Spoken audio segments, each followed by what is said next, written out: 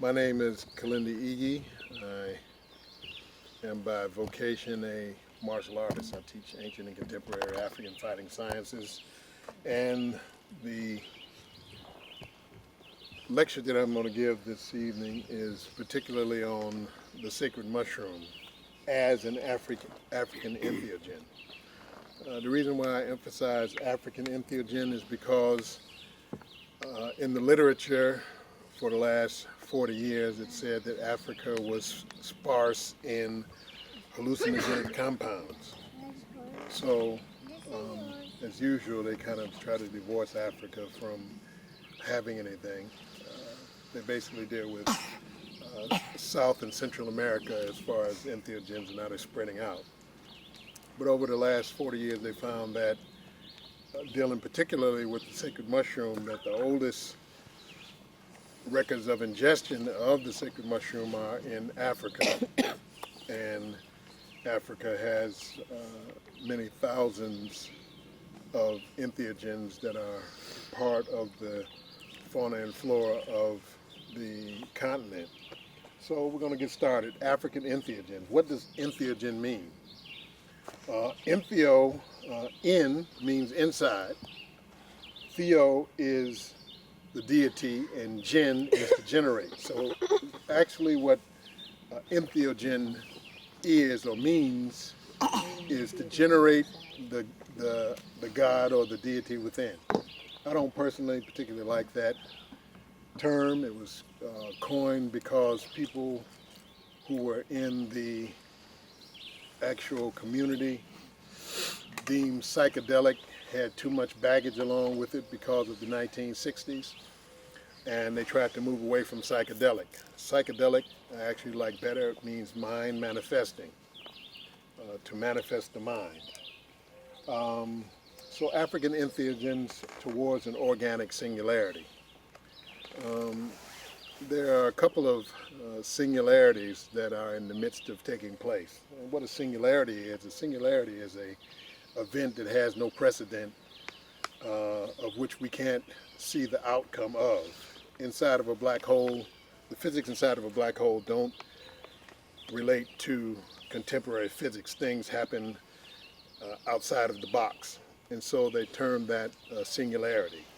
Something like the Big Bang would be a singularity. For no reason, without precedent, in an unflawed nothingness, an explosion occurred, and everything that happened since then, being us and the worlds and stars and galaxies, came from that one singularity. So we're talking about an organic singularity because you have certain factions who are pressing for a technological singularity. In other words, they are pressing for singularity to happen through technology. That is through the merging of human and machine, or either being able to create a machine that is cognizant of its own self. Creating in real time a virtual super being or a godlike being out of technology, whom human beings would either merge with or utilize that godlike being to help the earth and the people on the earth move forward. That's kind of difficult because if you have a super godlike being, it'd be pretty hard to control that super godlike being since it would be smarter than you. So trying to coerce it into helping would be kind of difficult.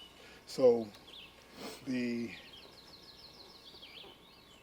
name of the topic this evening is African entheogens towards an organic singularity, but we're going to deal specifically with the sacred mushroom.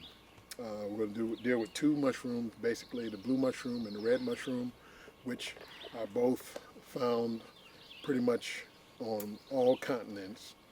The blue mushroom, the psilocybin mushroom, is pan-tropical. It's found in tropic regions on cow dung in many parts of the world. It's found in Thailand, it's found in Australia, it's found in Africa, it's found in South America, it's found in the Americas. It's probably, if you got some cows around here, out here now. So that's what we're going to talk about. We're going to talk about its history, its use, its contemporary use, and how this is a paradigm shifting relationship that is now in 2012 something that is needed by those people who have reached the age of majority, which is 18, not before then. Since it is a compound that is rated by the United States government as Schedule 1, meaning it has no,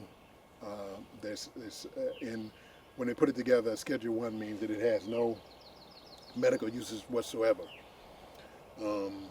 It is looked upon in the same vein as heroin and cocaine and crack and things like that, as far as its scheduling, not as far as what it does to you or for you. It was just lumped into the drug laws along with many things that happened during the late 60s and early 70s. So let's start moving into this. The reason why I have this slide up is because we were talking earlier. Mushrooms are perpetuated by spores. Spores are like the seeds. Spores approximate the hardness of metal. It is one of the hardest things in nature. They can percolate from planet to planet and from solar system to solar system with solar winds. In other words, if you had a sun that exploded and there were spores on the earth, and say those spores were covered with rocks or molten rock or something like this, those spores could survive in that rock, and when they're blasted out into the solar system, if they can survive going to another wholesome environment, those spores could then, if they have moisture, which is one of the prerequisites for life, water, if they have liquid water, and an environment from which they can grow as far as temperature and things like that, they will sprout and grow. So I put this slide up to say that mushroom spores are an organic technology created by who knows what, when, or where. That is an informational source, an informational structure.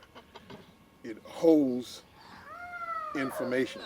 It is like the, some people may be familiar with the Akashic Records. The Akashic Records is a playoff of the Acacia Records, or the Records of Acacia, which contain the same compounds as the mushroom, but it's locked in side of the acacia and unusable by human beings. Mushrooms are usable by human beings without an alchemical process to unlock them.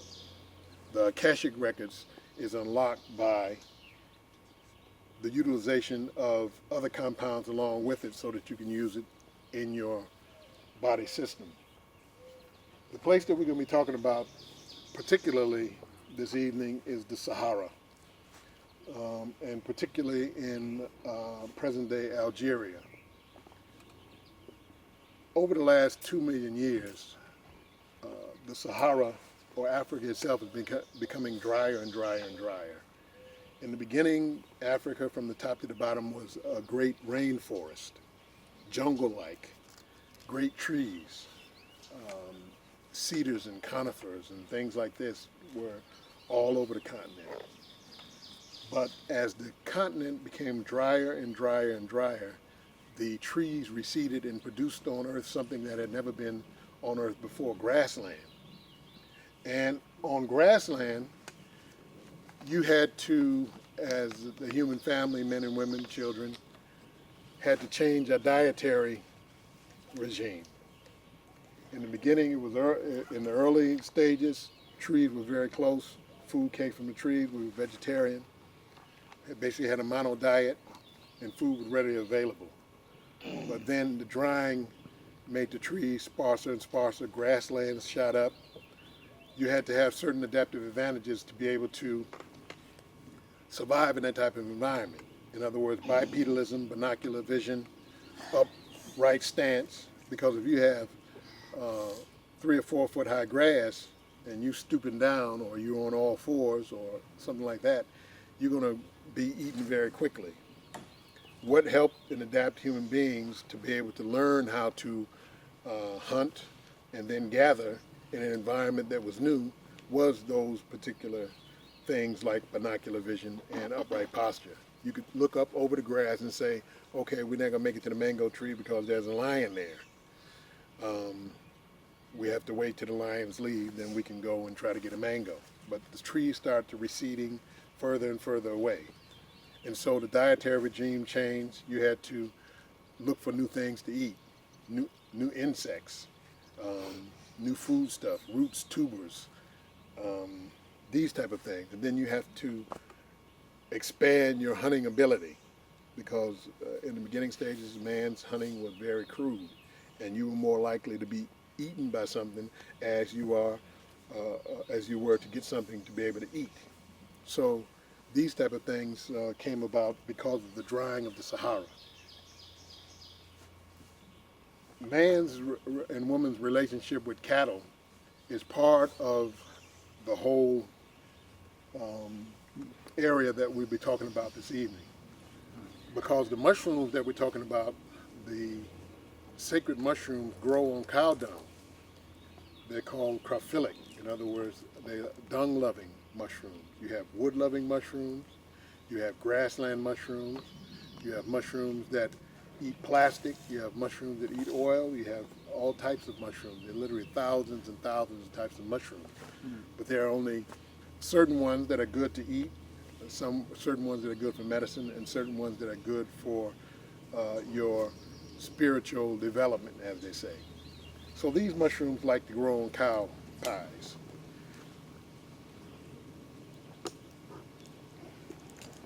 At a place called the Tassili Plateau in Algiers, in Algeria, they have a series of labyrinth caves. Inside of these labyrinth caves, ancient people drew on the cave walls about their experience and the things that happened during their lifetimes. This particular picture that we're looking at, you see you have humanoid figures, proto-cattle, but the heads on the human beings are what you would think misshapen. I don't know any people that have heads like that. But what they were depicting, or what they were trying to depict, was that they had ingested the mushroom and they looked at one another and their heads looked like mushrooms, because they were looking in a heightened state of awareness at one another and showing the relationship of what they saw between the cattle, the cow dung, the mushrooms, and the heads of the people who had ingested the mushrooms by having mushroom heads. This one, bigger there. Okay, here we have this one is called the dancing shaman. These shaman with mushroom heads are dancing with mushrooms in their hands. And this is all depicting what they saw in heightened states of awareness, or what you call novel states of consciousness. Consciousness that doesn't reflect the three-dimensional consciousness world that we exist in most of the time.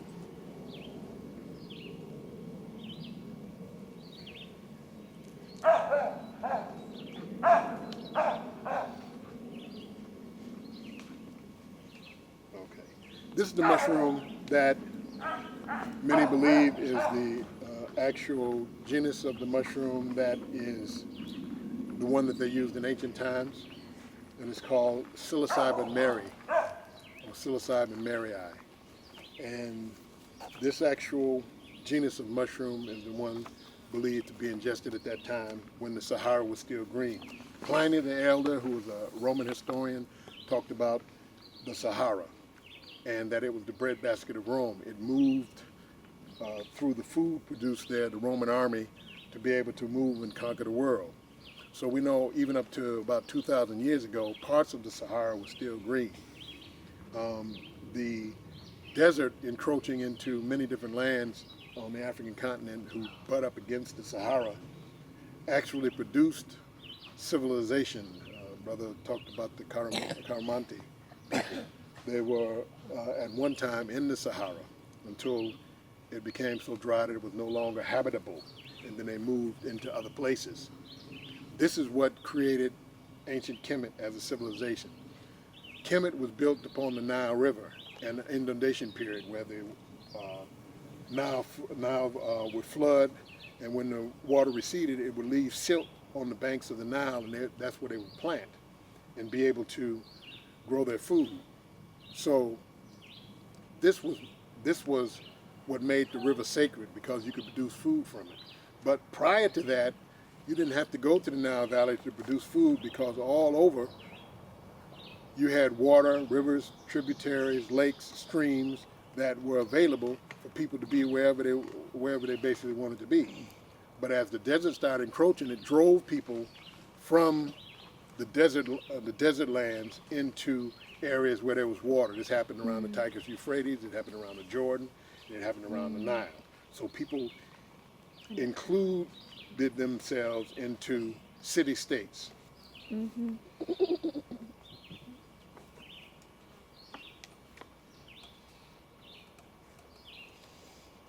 This figure is called the bee shaman.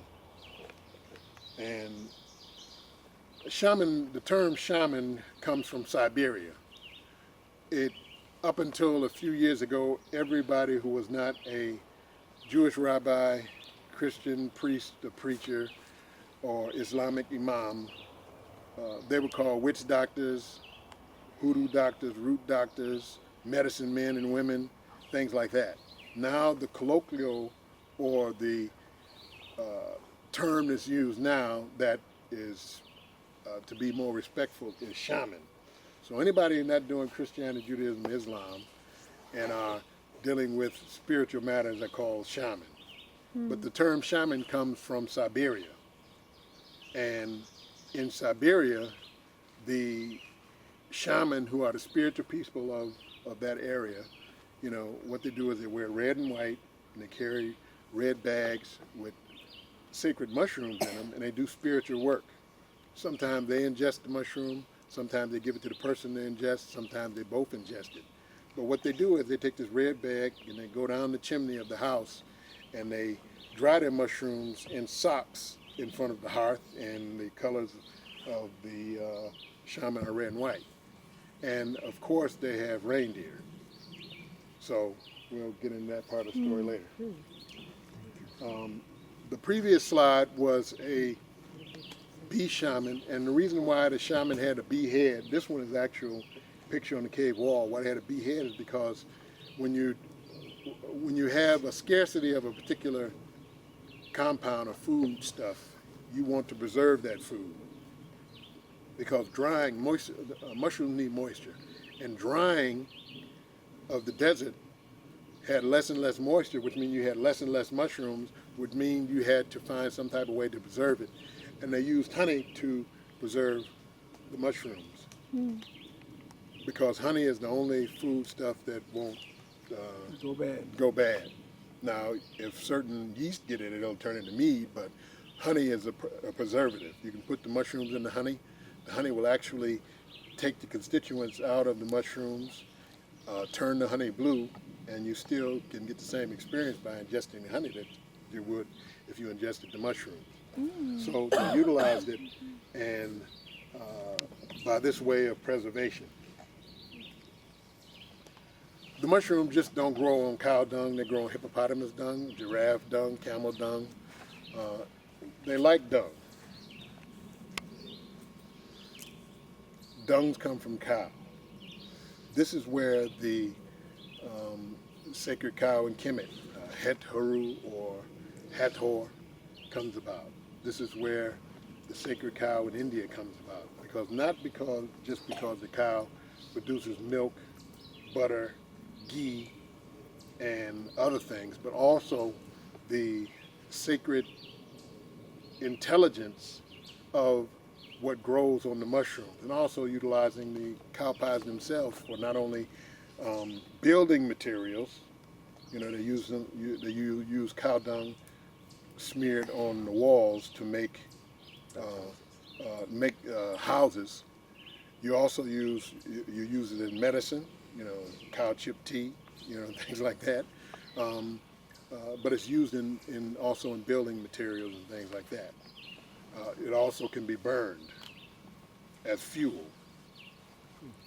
So there's many different things that come from the cow that make it sacred, but one special attribute of the cow's dung is that the sacred mushroom like to grow on it, but it'll grow on pretty much any kind of dung.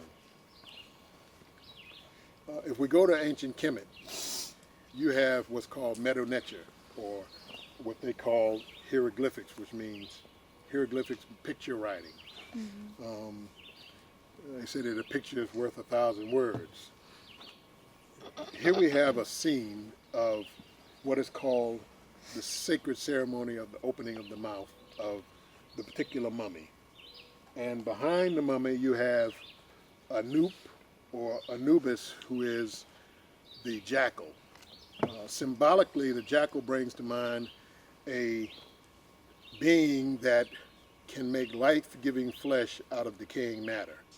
So the decay of death can be brought into living flesh and be reanimated inside of the jackal. So symbolically, that's what the jackal is doing. It is bringing life-giving material out of death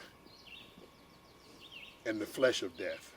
It's kind of like I was at a conference in 2005, the Melanin conference, where they brought together shaman and priests and rabbis and other people from all over the world in different systems. They had Catholic priests, they had representatives of Lakota, they had representatives of the Yoruba, of Zoroastrianism, of all the different types of spiritual systems. They brought them to Dallas, Texas, and had a conference there with these different people. And what I found was very interesting, because I never met somebody who was part of the Zoroastrian religion, how they bury their dead. They don't actually bury their dead. What they do is they take the people out into the desert and put them on pallets so that they could be eaten by the vultures.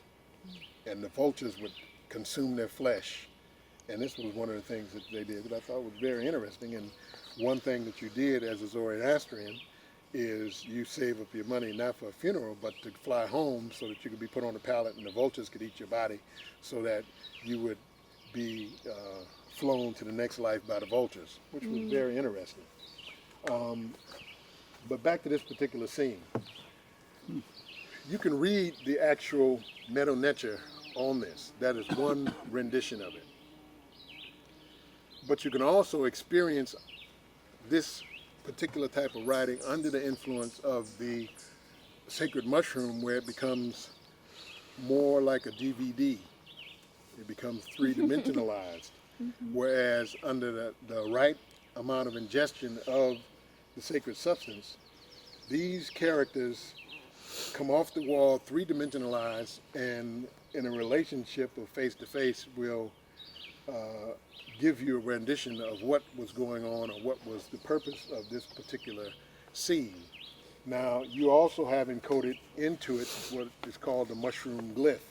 The mushroom glyph is a mushroom cap and stem embedded inside of information to show how the particular information is to be experienced, not to be read, but to be experienced.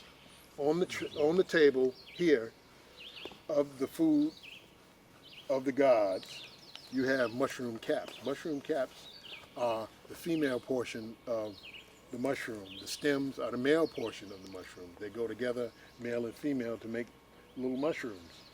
The Anup is actually holding the mushroom glyph that is superimposed over the front of the mummy, where he has his hand here and holding the stem of the mushroom in stylized form. They always jazz it up for the photograph, but the mushroom glyph is there and it's being held because it's the most important portion of the particular frieze or the particular rendition of what's going on here, because this is how it's experienced. It's experienced through the opening of the mouth and the ingestion of the mushroom. This is the symbology behind this. This is the secret information behind this, that it is an experience, not a reading. See, in the beginning, when we were hunting and gathering, men and women together, a division of labor came about. Men dealt with basically the hunting, and women dealt with basically the gathering. Not that if a woman was walking past a piece of meat and it was there, that she wouldn't get it because you say that's man's work. No, she would, but there was a division of labor according to what was best and what was most needed according to what the family group was doing. So on this grassland, hunting and gathering, some smart woman looking for food saw a mushroom, because in nature, growing on cow dung, these mushrooms just pretty much beg to be eaten, especially if you're walking around looking for something to eat, because it can be the size of a dinner plate on a stalk 12 inches tall, and be a bunch of them there. So if you're looking for food, you're going to try it at least once. So what they did was they tried it, and they found that it had 3 levels of ingestion. The first level, this mushroom imparts visual acuity. In other words, it makes you see better. It gives you a clearer vision of reality. And in a hunting and gathering group situation, that is an adaptive advantage. In other words, if you can see farther and see clearer, it is better for your group, because then you will be better able to feed your children so that they will gain the age of majority to be able to produce their children, and the species moves on. So the second level of ingestion of the mushroom is that it's a true aphrodisiac. In other words, it's not like one of the aphrodisiacs that you may have come in contact with as far as hearing about, which does nothing but produce genital itching. And so you're more likely scratching to be thinking about something.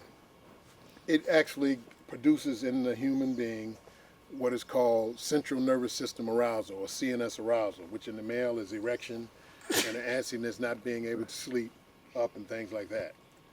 So it's a true aphrodisiac. And then the third level of ingestion, which is at the higher doses, is that it is the imparter of a true mystery. And that mystery is just as much a mystery in 2012 as it was 30,000 years ago, 40,000 years ago, 50,000 years ago, 100,000 years ago. It is what pushed human beings into the human stage, or the human state, to be able to think about something more than just being able to eat, being able to outrun a lion or a leopard, which you can't do. Think more about things that had absolutely nothing to do with the environment, things that were more, the higher functions. In other words, moving from, okay, it's getting dark, we got to get to a safe spot, so because the lion's getting ready to come out. When it gets dark, it's like, oh man, those little lights up in the sky, I wonder what those are. I wonder if there's something up there other than just little lights. It spurred your mind to think about something more. Where did I come from? Where did I come from? I know I came from mother and father, but where did they come from? And what about their mother and father? Let's take it all the way back. Where did they come from? And on and on and on. Where did they come from? Who am I? What am I? Matter of fact, what am I? These type of questions started to come about by the ingestion of this particular mushroom. This is a Tibetan Mandala. You have different renditions like this in different places around the world. Navajo have sand paintings, and a few of the other groups have sand paintings that are very similar to this. But when we look at them, we think that they're beautiful, and they're symbols that we see, and they're great to look at. They're intricate. But the thing is that under the influence of the entheogen, the psychedelic, the hallucinogen, the power plant, these are not just two-dimensional renditions. These are places that you go. under the influence of the particular mushroom. So when they're doing this, they're building worlds. And the access point to that world is through the entheogens. Here is a mandala, very similar to the other one, that they took at the university and produced an algorithm to three-dimensionalize what this particular thing is. So they ran it through the computer through a particular analog, and this is what the computer came up with. The computer said, this is what this thing is if I make it three-dimensional. It's a place. Go back.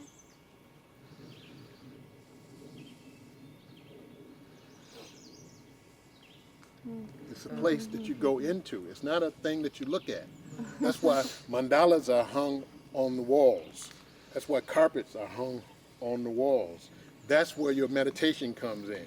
You meditate, but you don't just meditate and think nothing. No, you ingest your entheogen. You sit in front of the mandala, the Persian rug, your geometric symbol, and you go into the places that is there. This is a Persian rug or carpet. Wow. They used to say that in Aladdin that they had the magic carpet that you rode on the magic carpet. The magic carpet is made, the red dye in the magic carpet is made of Syrian Rule. Syrian Rule is a beta-carboline. It's called Pagamon harmala. It is an analog that is a MAO inhibitor, monoamine oxidase inhibitor. Now it's hard to break this down as far as the learning curve, but for the young ones, you have it in your consciousness, and you got it in 30 years from now or 10 years from now, you pull it out and come out, oh, monoamine oxidase inhibitor. Where have I heard that from? But you have it in your consciousness. A monoamine oxidase is in your stomach. And what it does is it stops small compounds from passing through your intestine into your bloodstream, getting in your brain, and doing something to you. Most DMT, dimethyltryptamine, is locked up in nature. Like I said, it's in grasses, it's in tree bark, it's in acacia, it is in Psychotria viridis, which is one half of the analog of ayahuasca. It is in frogs. It is in other animals, but you can't use it because the monoamine in your stomach stops it from passing into your brain and giving you a hallucinogenic experience. But when you have a monoamine oxidase inhibitor, it inhibits the monoamine oxidase in your stomach and allows those compounds to move into your bloodstream. They cross the blood-brain barrier, get into your brain, and you have the hallucinogenic experience. So, the flying carpet, when they were talking about flying carpets and magic carpets, they weren't just metaphorically talking about it. They were actually talking about magic carpets because the hallucinogens in the red dye created places and worlds inside of this carpet. Mm-hmm. Your ancestors live in this part of the carpet. That's why they took, carpets were taken and preserved and passed down generation for generation because the ancestors lived in that carpet. Your grandmother and grandfather live in this place in the carpet. Wow. So you lay the carpet out on the ground, you ingest your entheogen, you go into this particular portion of the carpet, which is a whole different universe and world where your ancestors live, where your grandmother and your grandfather who passed this carpet down to you gave you a point of access with them by going to this point in the carpet.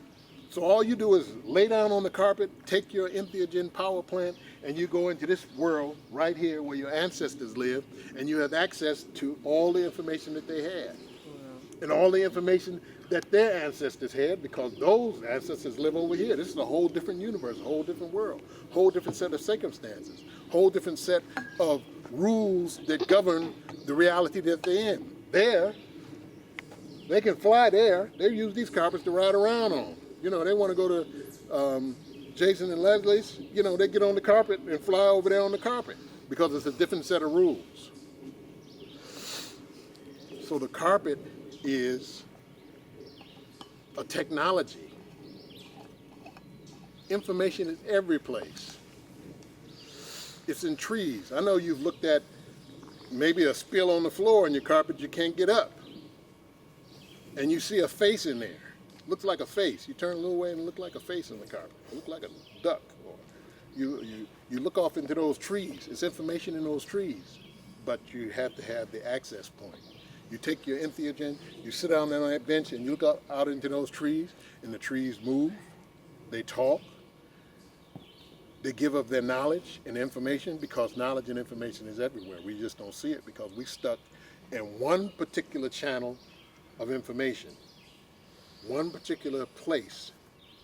That's why you can go to villages in Africa, and you can go to certain places around the world, be it South America, be it here, where people are on their ancestral land and relating, and the old people go and they're talking to people in the cave and things like that.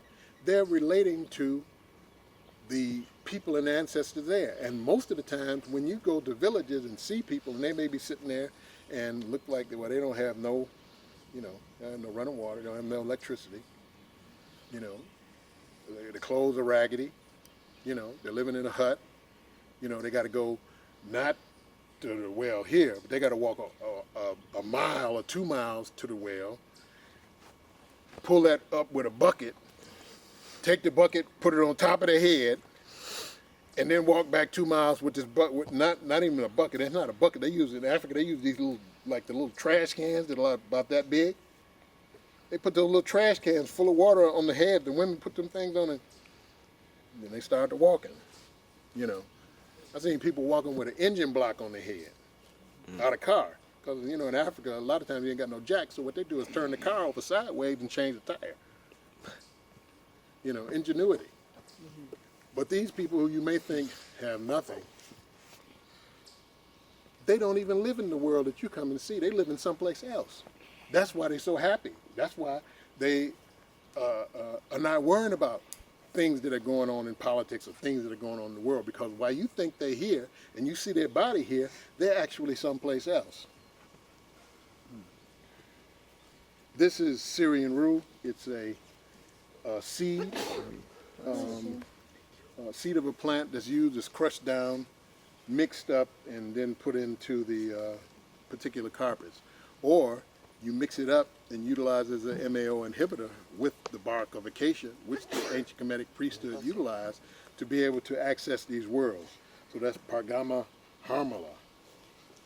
This is a puzzle box. This puzzle box is famous from a set of movies where they have the Cenobites and Pinhead and other things like that. But this box is a place. Puzzles are places. They're places that you go to, not things that you just play with. The Rubik's Cube is a place. And this is, okay, here. We have here depicted Wasir, or Osiris, or Unser, who is the master of the underworld, of the dead, of the world of potential in the next life. And here, he is in his mushroom form. Well, this is the stem of the mushroom, and this portion is the cap. Disregard the arms on it, and that they knocked out his head. And the next slide I put actually next to it a mushroom to show that the mushroom is there in secret, because it's not for the profane to see. It's not for those who don't know. It's only for those who know, to understand what this is and what it relates to symbolically, because it relates to the underworld, or the world of potential. This is the underside of a mushroom. This is the mushroom cap turned under. This is where the spores are generated and live. But it also a glyph, because what the ancient pre-Kemetic priesthood did was, while ingesting these mushrooms and under novel states of consciousness, they went into a world embedded with the information of a particular mushroom, because mushrooms have signatures on them. You find these mushrooms of the same genus around the world. But if you find this mushroom in Cambodia, you will see, by ingesting this mushroom at the high doses, the heroic doses, you will see the Nagas, you will see the Angkor Wat temple type, where they have those things on top of each other. If you ingest it in Mexico, you're going to see step pyramids, you're going to see Olmec, Toltec, Mayan civilizations coming out of this mushroom. If you ingest the one in Northern Africa, you're going to see pyramids, you're going to see Tekken, you're going to see those type of things. If you ingest it someplace else, you're going to see the signature there, because this mushroom is what built those civilizations. This is what told them how to build the pyramids. So each one has a signature of it. But Ra's signature is imprinted on the mushroom. Ra, the pre-Kemetic priesthood, journeying in novel case of consciousness, went and saw how one family chose to clothe themselves in reality. And that was the family of Ra. And they used birds' heads with human beings. They used cow head human beings. They have sheer clothing that is pleated. You see, all ancient clothing is pleated. Why? Because the pleat is a technology. Clothing is technology. It's not like today you just, oh, I like these blue jeans, or, oh, that's a nice shirt. No, clothing is technology. It is a step up on the scale of human beings. The folded cloth, the folded B-skirt is a technology. It is the folding and it is a time machine. It is folding and unfolding time. Clothing and unclothing the wings of the falcon. If you can see that the circle within a circle is the glyph of Ra. This is Amen Ra, and that's the deity there. Amen Ra. You see, Ra is the circle within a circle. This is the circle within a circle. These are actually Kemetic ear studs, studs that they put in the ear. But what I put this picture up for is because it shows all of the different genuses of mushroom in the area that they had knowledge of. And they have knowledge of all the hallucinogenic mushrooms in the area, including the amanitas. And we'll get to the amanitas later on. This is your pineal gland. This is the picture of the pineal gland. The pineal gland is not part of the brain, although it sits in your brain system. It is a specialized cell from the roof of the mouth that migrates at the 49th day into the brain system. The 49th day is the time when your eyelids fully form, REM, sleep starts, sexual differentiation happens, and you get your first flush of DMT, dimethyltryptamine, which is the most powerful hallucinogenic that we have on Earth, which this mushroom contains. But also it is contained by secretion through your pineal gland through the serotonin cascade. Now, serotonin cascade is this. Your brain regularly runs on serotonin. It is converted to melatonin, melanin, that which gives us our pigment, that you can't get past the embryonic stage without melanin. Melanin is the first biopolymer inside of the human being. So, from that, melanin or melatonin can be converted to pinealine, pinealine 5-MeO DMT, and then to DMT by the pineal gland at 4:30 in the morning in complete darkness. This is what produces endogenous, inside, endogenous, not exogenous, externally, exide, endogenous spiritual epiphanies, meaning that people that have near-death experiences secrete DMT. At the time of death, you secrete DMT. That's why there are rituals. The Tibetans use 60 days for the ritual between when your heart stops beating and there's no longer pressure on your brain, so that the DMT can flood into your system because there's no pressure keeping the blood-brain barrier sensitive to other compounds coming through. you are then able to, for those days after your so-called brain activity has stopped and after your heart has stopped beating, the pineal gland, you're still experiencing through your pineal gland. That's why there were elaborate rituals after death for the body and things like that. Things were done because the pineal gland is still working while you're in the state of so-called death. The great cow, again, this is just showing the reverence that they had for the cow, that they actually carved pictures of the cow into stone. Here's a cow with blue spots on it. Now, we've never seen blue spots on a cow. Of course, we hear about the red heifer of Judaism and the white cow of other places, but we've never seen a cow with blue spots on it. This is showing symbolically that the cow produces the blue mushroom.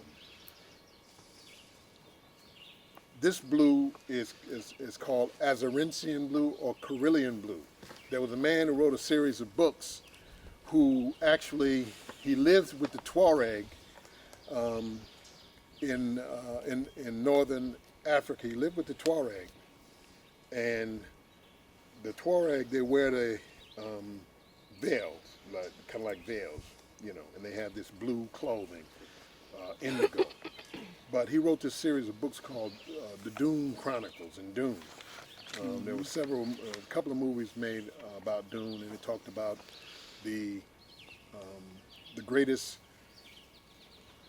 power in the universe was produced by the worms of Arrakis, and that was the spice melange. It gave the spicing guild the ability to move without moving. And there was a priestesshood called the Bene Gesserit priestesshood that was assigned to produce, through Parthenogenesis, the universe's first super being, the Kwisatz Haderach. And Parthenogenesis is the ability of a woman to have a child without the utilization of a man. That's what the Greek temple called the Parthenon was in reverence to, the ability of women to have a child without a man. The Lancet, which is the medical journal of England, has substantiated Parthenogenesis several hundred times, even in modern times. We don't look for Parthenogenesis because even though a man and a woman may be together, the man may not be the father of the baby. The baby could be produced parthenogenically, but you never look for that because the woman is with the man anyway. But the child that is always produced female through the mitochondrial DNA system. So that whole thing can be involved, but the Dune Chronicles was written on psilocybin mushrooms, dealing with the universe's first super being, the Kwisatz Haderach, and the Fremen who had blue within blue eyes, and that blue within blue is Carillion, the same blue that is held by the psilocybin mushroom. This is the dung beetle, Kepra, and it has the mushroom glyph inside of it. It's kind of hard to see on this little monitor, but you have the stem here, and this part is the cap of the mushroom. The beetle pushes dung, and as you understand from what I talked about earlier, the mushroom grows on dung. So the symbology of the beetle pushing the sun Ra, which is a circle within a circle, across the horizon, is in congruence and symbology of the mushroom dossier that I'm talking to you and revealing to you this evening. This is a picture of a dung beetle pushing a ball of dung across the land, because dung beetles get rid of the dung. If it wasn't for that, there'd be a lot of dung around, especially in Africa where you have many of these different animals, camels and giraffe and bison and wildebeest and all kind of animals leaving dung. The dung beetles get rid of that. But the baby beetles are born and eat the dung balls. But also they eat the mushrooms that are also inside of the dung, because the spores of the mushroom are deposited in the dung. And here it's just talking about The majority of dung beetles feed on dung, both in their adult and larval phase. However, many dung beetles feed on a variety of things, including mushrooms. Here we have again Osiris or Wasir or Unser in the veiled form, where you see here an actual psilocybin mushroom where the veil is tearing away, and here you see that Unser is veiled. It means a certain stage of development. A stage of development just before you're getting ready to give your knowledge or your energy to something greater than yourself. The passing on of the genetic structure of the psilocybin mushroom. The veil is tearing away so that the spores can be dispersed into the atmosphere and find a wholesome ground for the next generation to come. But for that next generation to come, for what reason? That it be spread around so that eventually it will merge with a being that is capable in cognition to be able to utilize what it has as far as the informational structure. Again, we'll just go through a few of these. Mummified form, but in the form of a mushroom. Blue, but in the form of the mushroom. This is the mushroom phase. You'll see many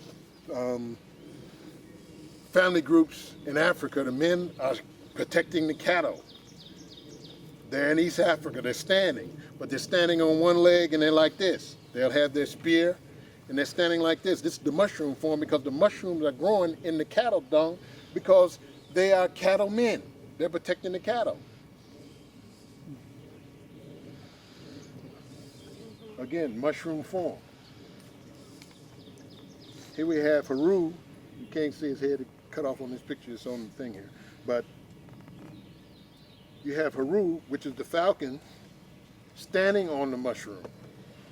Because if you understand what I said earlier about the first lower stages of visual acuity, being able to see far, piercing sight, being able to look into the sun without flinching or without blinking.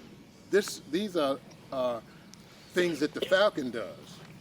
So the falcon has the great sight. This gives you the sight of the falcon, piercing, being able to see through the veils of illusion into reality. Here we have on the table of the food of the gods again, stylized mushroom caps and stem. Here we have in Meadow Nature, mushrooms in the actual stone in the glyph. Actual mushrooms in the stone in the glyph. Kind of hard to see here. Here we have the crown of the south, which is actually a reiteration of a baby mushroom. This is actually a baby mushroom. This is actually a rendition of the crown of the south. It's no different in, we'll get to that part. Here we have the 9 judges. This is where you get the same judge system for the Supreme Court of the United States. When you had politicians and they wanted to debate things, they would take their entheogen, especially you see it in Minoan Crete in Greece, where they would take their entheogen because of the Eleusinian, what they call the Eleusinian mysteries and previous Eleusinian mystery type gills. This is a baby mushroom. I actually put a picture of one next to it to show the same thing. The picture's not that clear, but this is a baby mushroom. Mm-hmm. Here we have again the symbology supporting Haru the falcon standing upon the blue mushroom, the Carillion blue mushroom, with mushroom caps around it, and the head of a cow. Haru standing on the mushroom. Here we have again mushroom cap. The symbology is embedded in a secret system. Here are mushrooms in cultivation in modern times. They're growing on rice cakes. It's actually a mixture of vermiculite and rice flour. The mushroom actually eats the rice flour because mushrooms they're not like plants. They don't photosynthesize. Mushrooms eat and they breathe. They breathe in oxygen and they exhale out CO2, carbon dioxide, like human beings. We're more closely related to fungi than we are anything else. 465 million years ago, you had an asteroidal impact. And when it hit the Earth, it killed everything on Earth bigger than a chicken immediately.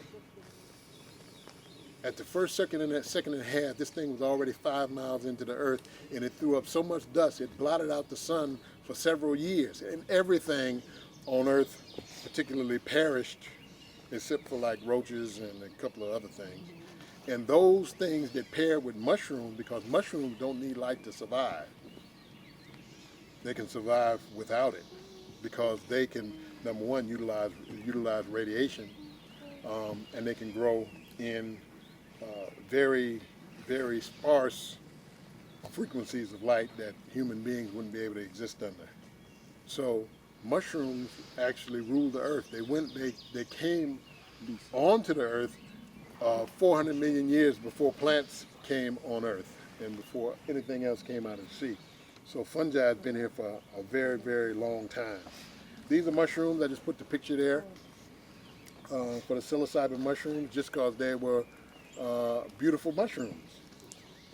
Just wanted folks to see that. Here's the mushroom cap that I'm holding to show you the size of one in cultivation under conditions that you grow, as opposed to when I said it can be in nature, it could be that big around in nature. Here we have an actual spore print. This print was produced by taking the mushroom cap, inverting it onto white paper or either aluminum foil, and those spores would then be deposited on the aluminum foil, and you could utilize those spores to then propagate the species of mushroom you're trying to do. There's actually millions and millions and millions of spores on there that actually you can't see them. They're microscopic. The spores all through here that you're breathing in and out all the time. But these are deposited in mass on a particular substance so that they can be utilized and perpetuated in artificial environment later on. But you see again, the symbolic glyph is the circle within the circle. Now, this is around the head of Jesus. You can call him Jesus, you can call him Yeshua Bar Yusuf, you can call him Joshua Ben Bandera, you can call him Jesus, you can call him whatever you want. But behind his head is what we a long time called the halo. But let us bear and see what we have here. Okay, we have lines radiating out. Here we have lines radiating out. So what I did was I put that mushroom cap behind my head to show that although we say that that's the halo, it's actually the mushroom glyph behind the head, because what you're saying is that early Christianity was a mushroom cult. And not just Christianity, Buddhism. Here we have the Lingam and the Yoni. But again, it's only a stylized mushroom stem and the mushroom cap. Even though this is stylized, you have the circle within the circle with the lines radiating out, and this is the stem that it sits upon. And these are the, virgins that, if you're lucky, you get on that type of trip. Here we have the stem and the cap. This one just put on the ground, showing the same relationship. Stem and cap, stem and cap. This one's stylized because it's in stone, and it was put there for later people of this particular culture to decipher and decode and understand that, oh, they're talking about a mushroom, and I eat this, and I go into the temple, and I see the walls, and the walls start moving, and things start coming off the walls, and I have places that I can go and experience the things that the people are talking about in the particular temple. Here we have Persephone and Demeter. Persephone is the young woman. Demeter is the older woman who is in the fullness of her power, who no longer bleeds, who no longer has to worry about children. And she's passing on the knowledge and information to the younger sister, Persephone. This is at the site of the Eleusinian mysteries, where at 18 you went to Eleusis and got your hit of your hallucinogen so that you could understand that there was more to life than just the regular three-dimensional reality that we exist in day to day. That there are other realities, there are other dimensions, there are other worlds that we can experience by just getting the right amount of the particular sacrament of which the governments and secret societies and guilds and priesthoods and priestesshoods kept from the regular people. Because in the beginning, back when we were hunting and gathering, everybody in the family group experienced these things as a relationship and a face-to-face relationship to the mystery, because we all had it. But what happened was, as the Sahara started drying and different places started drying, everybody couldn't take it then, because it wasn't enough for everybody to take. There was only a little bit left. So we took the elders and gave them the particular substance, and they told us what the deities said. They told us what the forces said. They became the holy and sacred people. The first generation, it was not a problem because they had a relationship with the particular mystery also. So we're all out here, we're all eating our mushrooms tonight, and out of the sky breaks open, a beam of light hits the middle of this field, and a being steps out, and he's got a bird's head and a human being's body. His name is Haru. He says to you, okay, well, you should do this. It's 2012, you shouldn't do that. We're getting ready to do this. The world is getting ready to open up and things like this. And you say, okay. And Haru shoots back into the sky that next morning, and we say, did you see that guy last night? And did you hear what he said? And they were like, yeah, I heard him and I saw him. Okay, so we can agree that there was a guy who came out of the sky, landed on Earth in our circle, told us information. He had a bird's head and a human being's body, and we'd all agree about that.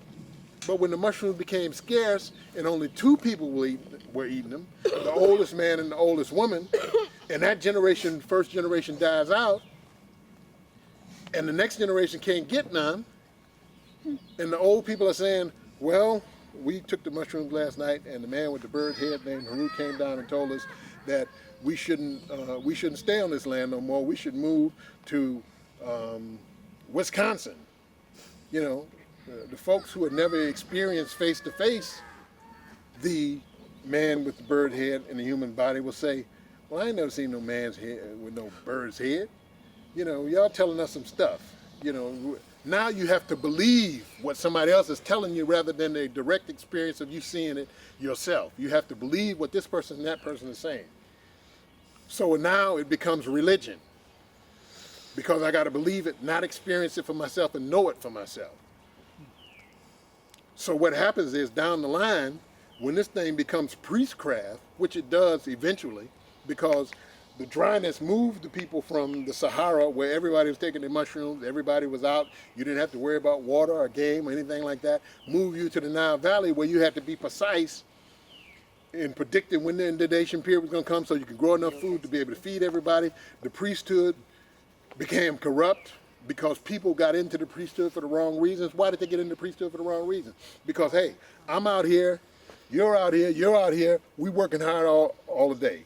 We pulling weeds up, we hoeing the land, we building, we taking care of our oxen, all these different things. And the priest come and said, well, y'all got to give us, 30 bags of rice, and, y'all got to give us your best cow and things like that, because, the gods need food. When really the gods don't need no food, the priests need the food. And the priests say, hey, well, the house that God got, it's small. We need to get a project together where all y'all come when y'all not working on your farms and work and build a big house for God. But God don't need no house. But the priests are the ones that enjoy the house. But the people who are doing all the work saying, look, I don't want the job to be the building these big houses and hoeing in the fields all day. I want the job that he got. All he do is throw some incense, come and say he wants some food. Get the money. So when he comes in, he's not coming in for the pure purpose anymore. He's coming in because he don't want to work. He wants to be part of the group that don't work and just get the benefits.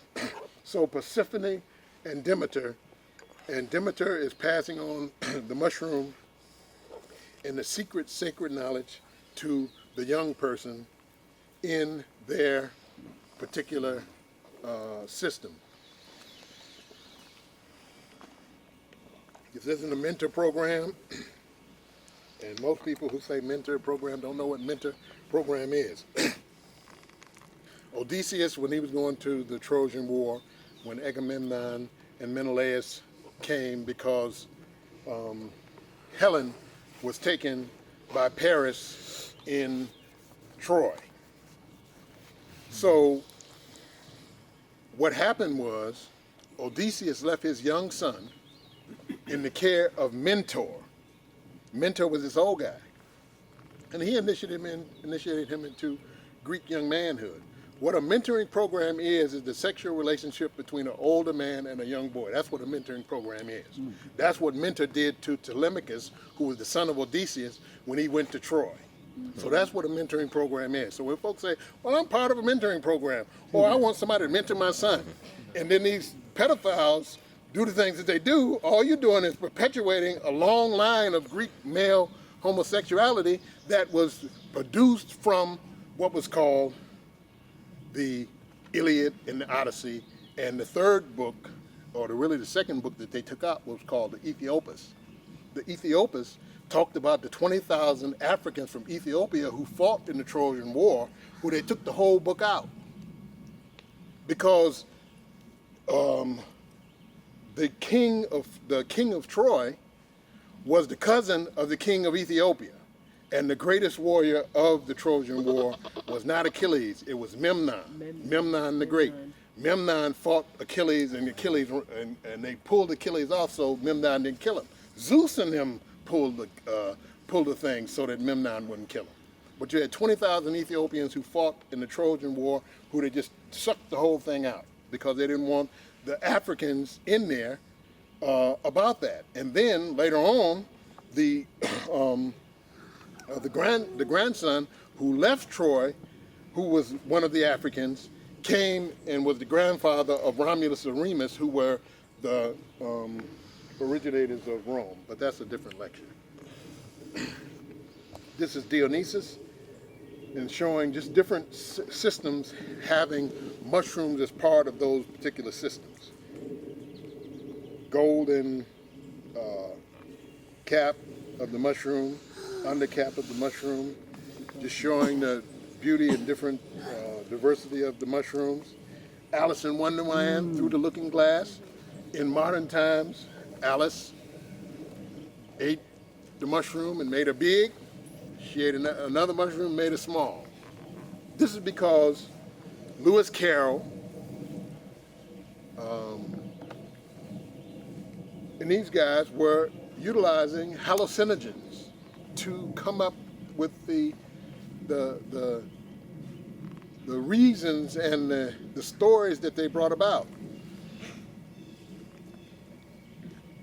Papa Smurf, the wisest of the Smurfs. How's Papa Smurf so wise? Because Papa Smurf is eating the blue mushrooms. Matter of fact, Papa Smurf is blue, and all the rest of the Smurfs are blue. Now we're going to move to the red pill. You have the blue pill and the red pill. You take the red pill, I'll show you how deep the rabbit hole goes.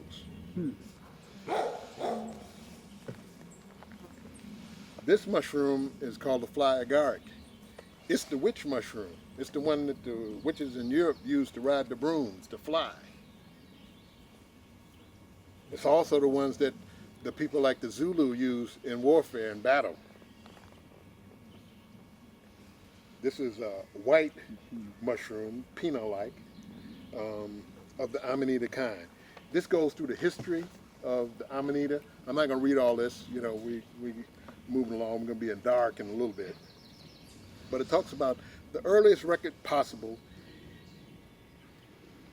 The earliest records of possible use in ancient Vedic hymns of India, urine drinking associated with mushroom intoxication mentioned in the Rig Veda 9th and 10th mandalas. As hypothesized by Watson, psilocybin may have been the actual psychoactive agent. Now, the Rig Veda talks about utilizing the red mushroom in the Soma brew. yoga has something else to it, not just devotion, not just prayer, not just postures. It has a hallucinogenic mushroom that goes with it that gives access to the postures and to the hymns and to the songs that make it accessible to the experience. When Krishna imparted the Bhagavad Gita inside of the Mahabharata to Arjuna on the field of the field of battle, he gave Arjuna a hallucinogenic drink to experience his transcendental forms, to show him that death did not exist, that even though he was dejected in having to battle his uncle and his father and his cousins and his grandfather and his teacher Drona. He said that the people you're talking about killing are already dead. I've already chewed them in my mouth. Wow. As everyone goes from birth through old age, through death, they get rid of bodies and get more bodies and do it resurrecting over and over until they perfect it. He's giving him the Bhagavad Gita inside of the Mahabharata, but it gives him a hallucinogenic drink. He don't just tell him because he couldn't experience his transcendental forms without the hallucinogenic drink. Indra and Vishnu and all the rest of them are accessed by the hallucinogenic mushroom. Now the Aryans who came in from the north utilized the red mushroom. They were up in the mountains where the cedars were, where the pines were, because that's the red mushroom has a mycorrhizal relationship with cedars and conifers. Even when you're talking about the cedars of Lebanon and things like that, that's where they were getting their mushrooms from. If you're talking about the Shaolin Temple and Kung Fu and all those styles are accessed by the mushrooms. That's how the Shaolin Temple came up with all that stuff. Shaolin Temple means young forest, young pine forest where the mushrooms grow. That's what the Shaolin Temple means. So when they doing the drunken monkey and all that kind of stuff, that comes from ingesting the mushroom and going into novel states of consciousness to the planet of war where all these styles and weapons exist. That's why Karna went to get the divine weapon of Indra. He ate the mushroom and he went to the mountain of war to get the divine weapon of Indra that can't be stopped. So the Aryans had the red mushroom.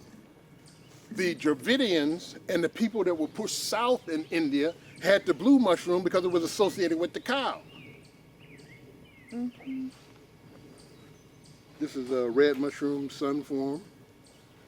Okay, now let's get to the Catholics. We'll get something. How did Catholics keep on top of it? This is Pope Innocent to somebody, but I don't think he's innocent. But let's look at his clothing. What does the clothing symbolize? What does it look like?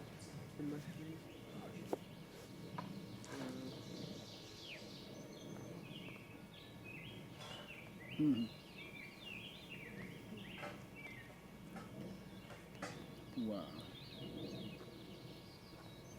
This one's kind of dark. Let's move forward. This was in February at the making of the new cardinals. The present day Pope. This was on TV. I took it off the TV set. That's why you see the flash. You see that light there. I took it off the TV set. Because when I show people these pictures, well, they said, oh, that's some stuff. That was 500 years ago. They don't, the red and white. No, this was in February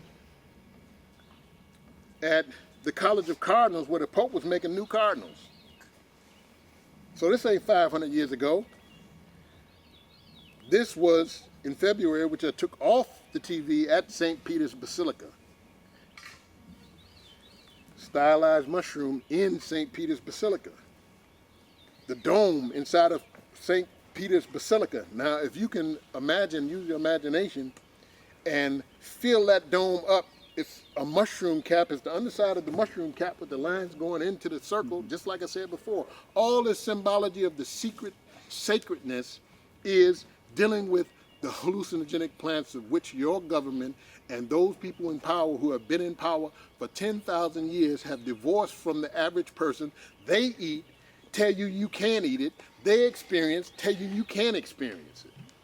Make it illegal for you. Here's the present day Pope in February with the mushroom on the fish's mitre. The fish's mitre from Mesopotamia, where the fish and Dagon is on top of his head.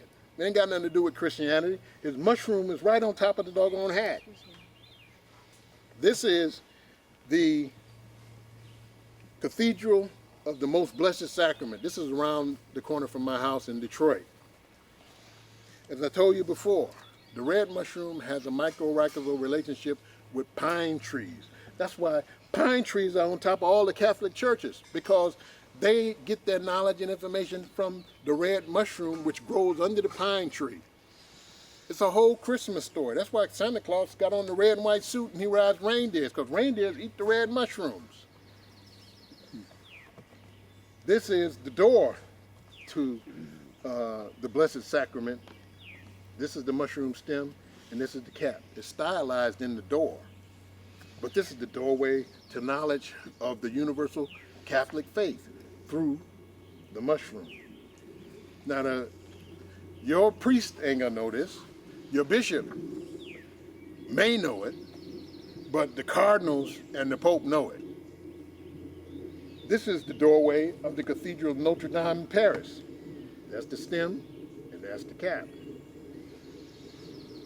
This is the top of the Cathedral of the Blessed Sacrament in the city of Detroit.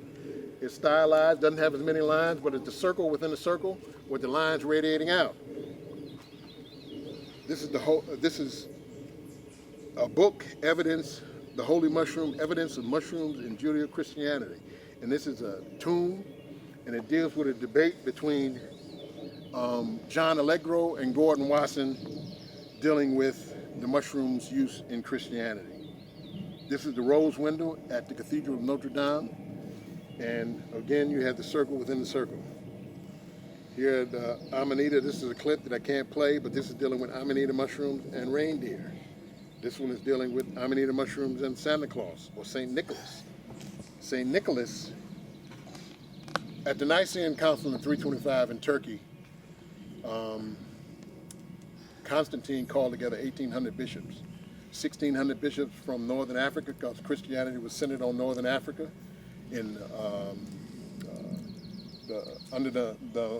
flowing out of the Mantians, Numidia, Egypt, Ethiopia, Libya, which the Gaddafi comes from. I know y'all thought Muammar Gaddafi was the man's name. Gaddafi is a group. That's why they've been trying to get rid of the Gaddafi since Roman times, because they were Bedouin. They weren't, but Gaddafi wasn't an Arab. He was a Bedouin. They were there before there was Islam and the Arabs. So that's why he wanted to push for the African Union and things like that. Because even though he was light-skinned, he was an African. He wasn't an Arab, although they spoke Arabic because Islam is all through there. So the Bishop of Libya, Arius, went to this conference in 325 in Turkey that Constantine put together on what they were going to put forth, what they believe. We believe in God the Father Almighty, maker of heaven and earth, and all that, the whole Nicene Creed they call it. And what happened was St. Nicholas was there also. They were pulling a coup inside of the new religion, which was Christianity.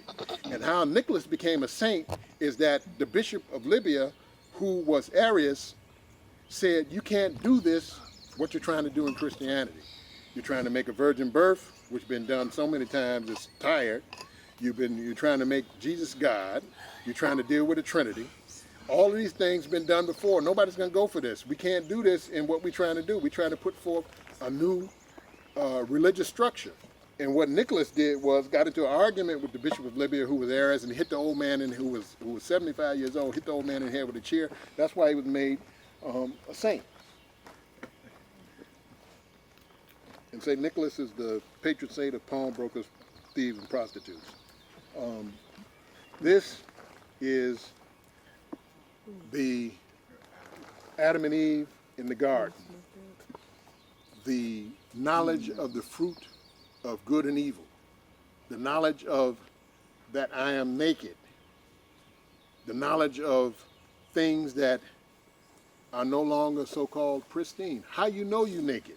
You didn't know you were naked before I got out of here, before I left, when I was walking in the garden with you before, and Adam said what?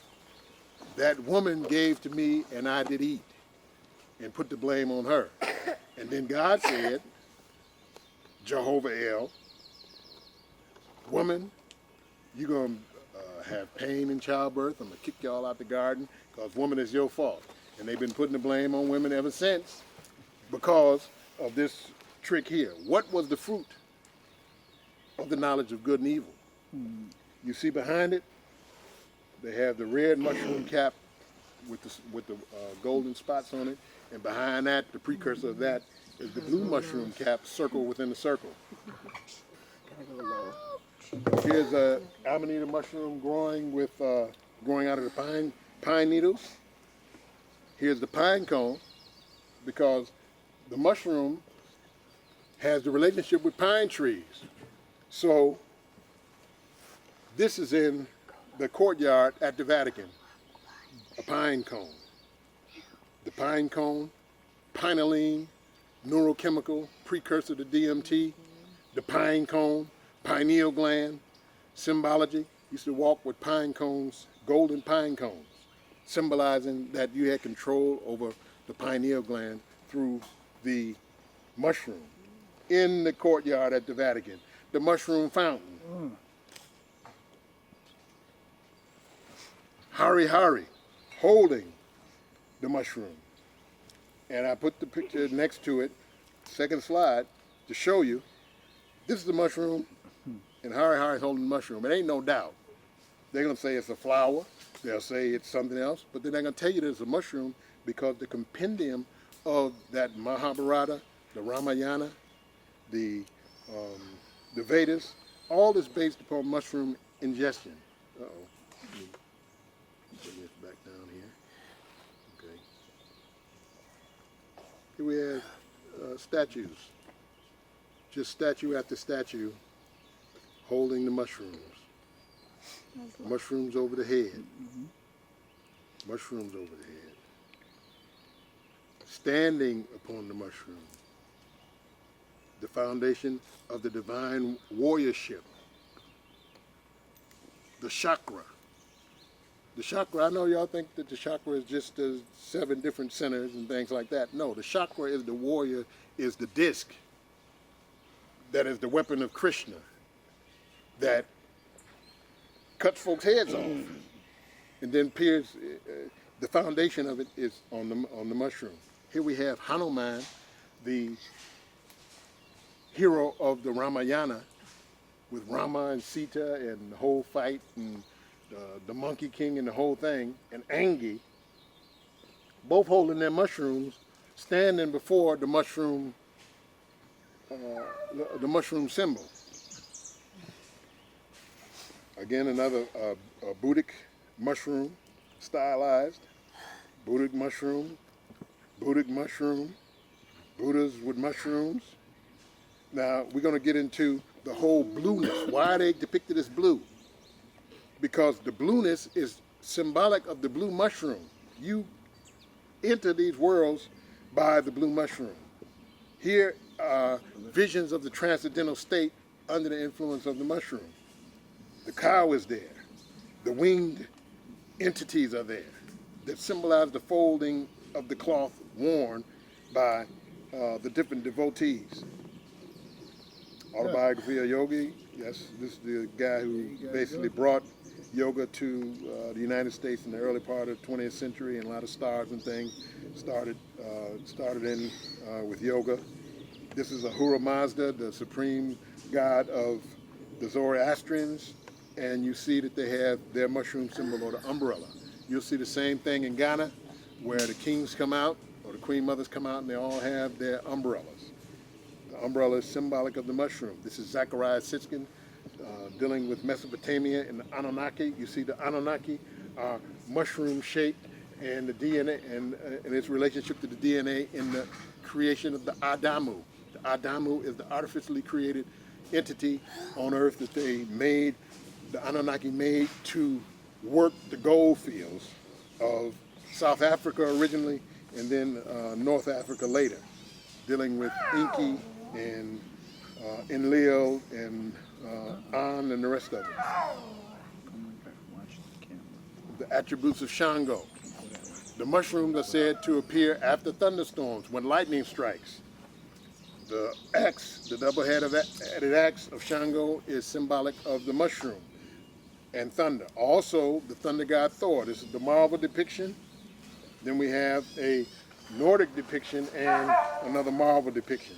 But if you look on the belt of Thor, the same hammer is the same axe as Shango, double-headed axe. Here we talk about the clinical effects of psilocybin, going back to the blue mushroom. Psilocybin can occasion mystical type experiences having substantial and sustained personal meaning and spiritual significance. This is your brain. This is your brain on psilocybin. These are the psychological effects. I'm not going to read all this. Serotonin and psilocybin. This is tryptamine. These are basic amino acids. This is what it looks like. This is a structure. I won't keep you much longer. No, this don't is worry serotonin. This is what your brain runs on. See the difference between this? Tryptamine, serotonin. See the difference between this? Tryptamine, serotonin, melatonin. It's the same structure, just a few chemicals on different structures. It's basically the same thing, a tryptamine core. Here we have psilocybin, which is the constituent in the blue mushroom. The only difference between this is that top part up here. Let us look at all of these neurochemicals. This, tryptamine, serotonin, melatonin, psilocybin is the same thing. When you eat the psilocybin, it knocks part of this top thing off and becomes this, the same thing. You're one ring structure away from the most powerful hallucinogen that exists. Meaning that you have some people whose ring structure gets out of whack and they standing on the corner. I didn't say nothing to you. What you talking about? Tell me. I'm gonna tell your mama. Because they have been pushed over by that one ring structure from a very simple compound. This is a basic compound. But they're hearing stuff and seeing stuff you don't see because they have this, and people say they're crazy. They lock them up and things like that and don't understand that neurochemically their ring structure system has been compromised. So from this, you ingest the mushroom, it becomes this, which is the same thing as this. Becomes psilocin. This is LSD. It still has a tryptamine core, but it's exotic. This is ibogaine, used in the initiation of the Bwiti in Gabon. This is 5-methoxy-DMT. You see it's the same structure. And this is DMT, the most powerful hallucinogen that you have on Earth. There's nothing more powerful than this.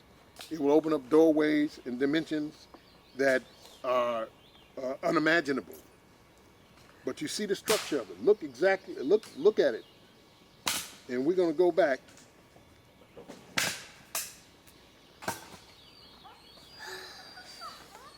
It's the exact same thing with one thing moved over.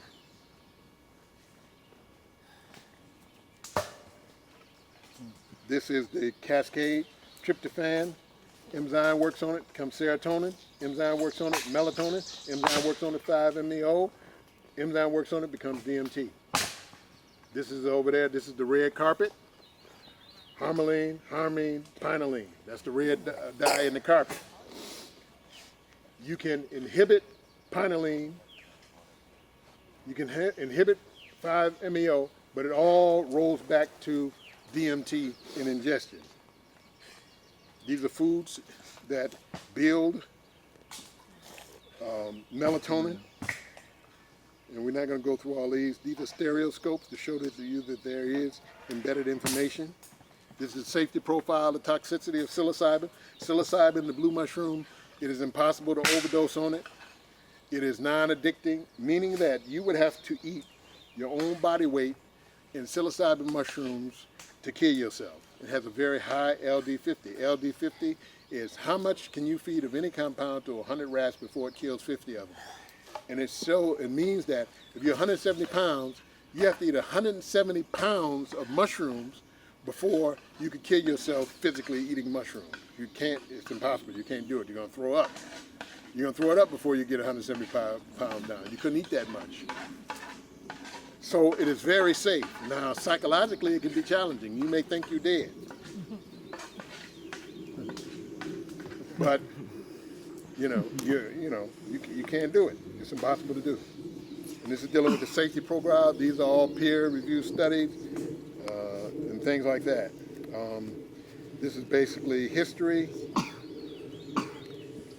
History of some guys here. This is the Life magazine article that Gordon Wasson wrote in May of 1957 that built the 60s. This is what made Timothy Leary and others go to Oaxaca to ingest magic mushrooms, to come back and start the psilocybin project, the Good Friday experiment, huh? What project? The psilocybin project. It was a project that Timothy Leary started in the prison of giving psilocybin to prisoners to stop their recidivism, coming back into prison. But the thing about psilocybin is at that particular time you had to capture it from nature. So they gave some of it to a guy named Albert Hofmann. Albert Hofmann is the guy who, in Basel, Switzerland, produced the LSD. He's the one who made LSD. So he found the compounds in it, named it psilocybin, made a synthetic form of psilocybin. But the thing is that that's too difficult to make, not so much now, but they were the only one making it back then. The mushrooms you had to capture from nature, but he said, hey, I got something else you can use, which was LSD, because 2 gallons of LSD is enough to make everybody in the United States high. So that was the difference. You didn't have to wait for the mushrooms to grow. You didn't have to wait for some chemists. Two undergraduate chemists can make enough over a long weekend to make, $30, $40 million worth of LSD. So it became a problem. But this is the article that drove them down there, which started the 60s, with Ken Kesey and the Mary Pranks that's going around giving acid tests where they put LSD in the Kool-Aid, and they would go on the bus called Go Far, and they go to different cities, and you take the acid test, which means you drink the Kool-Aid with the acid in it, and you've taken the acid test. This is Easter Island. Now, by this time, you should see what those statues on Easter Island are symbolizing.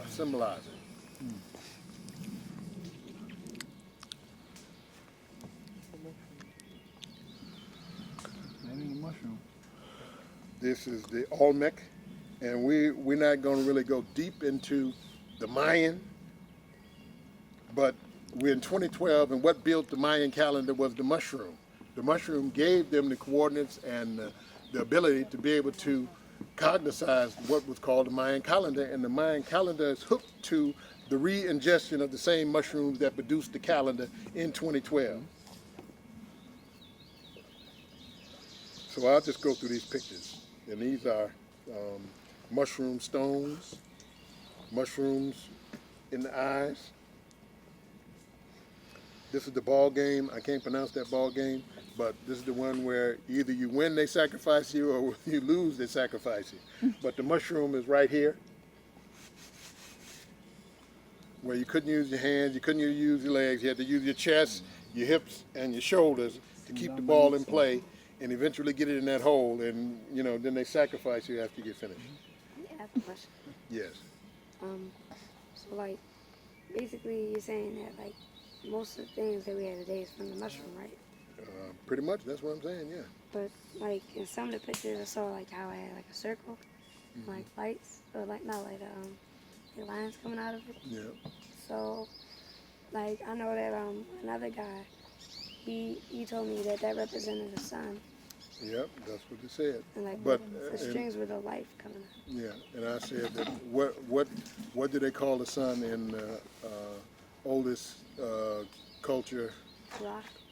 And what was the symbol of Ra? A circle within a circle. So Ra is the sun. So they're saying that circle within a circle with the lines coming out is the sun. All they're doing is saying that it's Ra, and that's what I was building as far as information in the PowerPoint program, is that that light that they're talking about is the spiritual light that comes from the mushroom ingestion that is delivering the information of Ra. So that's, but it's a very good question. Very good question. Here we have another picture with the mushroom on top of the head. Here we have shape-shifting, jaguar, turning into a jaguar, because the mushroom is what gives the information and power to turn into the different animals. That's what they called in West Africa, they call them the Amatiga. And many think that Abubakar sent his brother to Central America with 200 ships. He never returned. And when he got back, he said his other brother could be the Mansa, which was the king. He took 700 ships and went to Central America with the what would later be called the Jaguar Knights, or the shape-shifting warriors, you know, just like, you know, you turn into the Wolfman or something like that. Same thing here. But you see how you shapeshift, you got the mushroom on this side, the human takes the mushroom into his mind and changes into the jaguar. If you read, you know, even though Carlos Castaneda has some license, if you read his books, Journey to the Yaqui Way of Knowledge, Journey to Zoxalan, A Separate Reality, Tales of Power, Second Ring of Power, The Eagle's Gift, and others, you'll get a lot of information about the Toltec warrior system and the Jaguar Knight and things like that. Also Aztec, the book by, can't think of his name, but these are mushroom ear studs, Central America, mushroom stones. West Africa, mushroom fans or wands. You have the mushroom inside the fan here.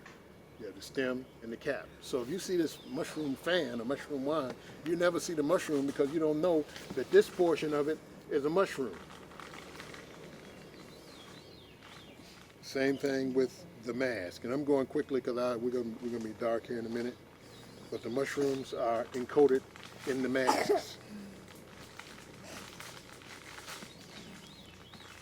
Can you use shapeshift from meditating? Meditating? Yeah. I'm not gonna say it's impossible, but you know, to even get to the first phase of what you could do with a mushroom in one night is gonna take you at least 30 or 40 years. So you can go over there and sit next to that tree and meditate for the next 40 years and try to get to that, or you could take the mushroom in one night and do it if you are very conscious about really wanting to do that. It can be painful, you know, when your cells start to divide and all that kind of stuff. Have you ever ingested the mushroom? Well, the cook has to taste the brew. See, I'm not like the people. A lot of people come to you and they tell you things that they've never done, but that would be disingenuous of me to come and tell you to do something that I've never done. So I have to take it first and tell you the experience, then you take it. So yes, I've taken it many, many times. Here we have scarification, and they put the mushroom symbols in the scarification on the bodies. You have different people that have different things, and everybody's not supposed to do what everybody does. We're in a plethora of cultures nowadays, and people take on people's culture without being asked to take that. One thing is the brother was talking about sweat lodge. You got people doing sweat lodges all over. They have nothing culturally to do with it. They don't ask the elders of that particular nation, can they do that, or teach them how to do it, or is it okay for us to do it? They just put some stuff together and make their own sweat lodge and start making their own stuff up. We have tattoos that the Maori in New Zealand, those people, and the Hawaiian people, those people are tattoo people. We're scarification people. They're tattoo people.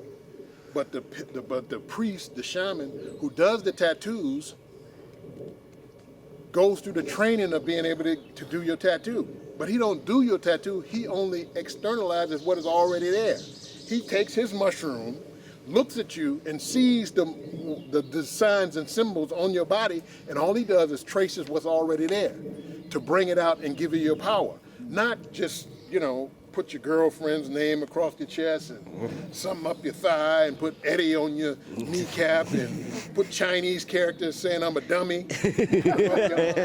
And, you know, the guy told you it meant, you know, child of heaven, but it mean I'm a dummy. So when Chinese people look at your arm and see that on, they say, what's that on your arm? You got Chinese characters. And they start laughing and walk away because you got I'm a dummy on my arm instead of I'm a child of heaven. Because you don't know, because you don't speak Mandarin, you don't speak Cantonese, you can't read it. So they can just put some other crazy stuff on your arm. See, the thing is, a true artist is a person of vision. And the vision was imparted when people in secret guilds like Michelangelo and others drew something. They didn't draw anything. They only imparted what was in their mind on the canvas and traced what was on the canvas. When Michelangelo, who was part of a secret guild of ingestors of these same plants, looked at a pillar of marble, he could see the statue inside of the marble. And all he had to do is knock away the unessential parts and liberate the statue, because the statue was already in the marble. It was in the marble before he started. It was in the marble 1,000,000 years ago. All he did is liberate it because he had the vision to be able to see, because he ingested his power plant. He could then make the marble transparent and knock away all the pieces that are in capturing the statue that was inside of the marble. Excuse me.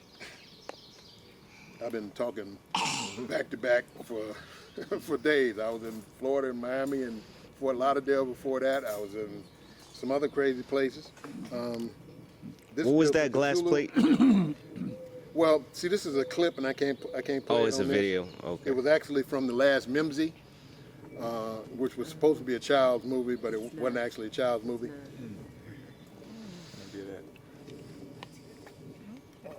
Because they always, people would ask me, well, they would say, how did they align the blocks in the pyramids? Or how did they make, you know, how could they make a straight line with these blocks?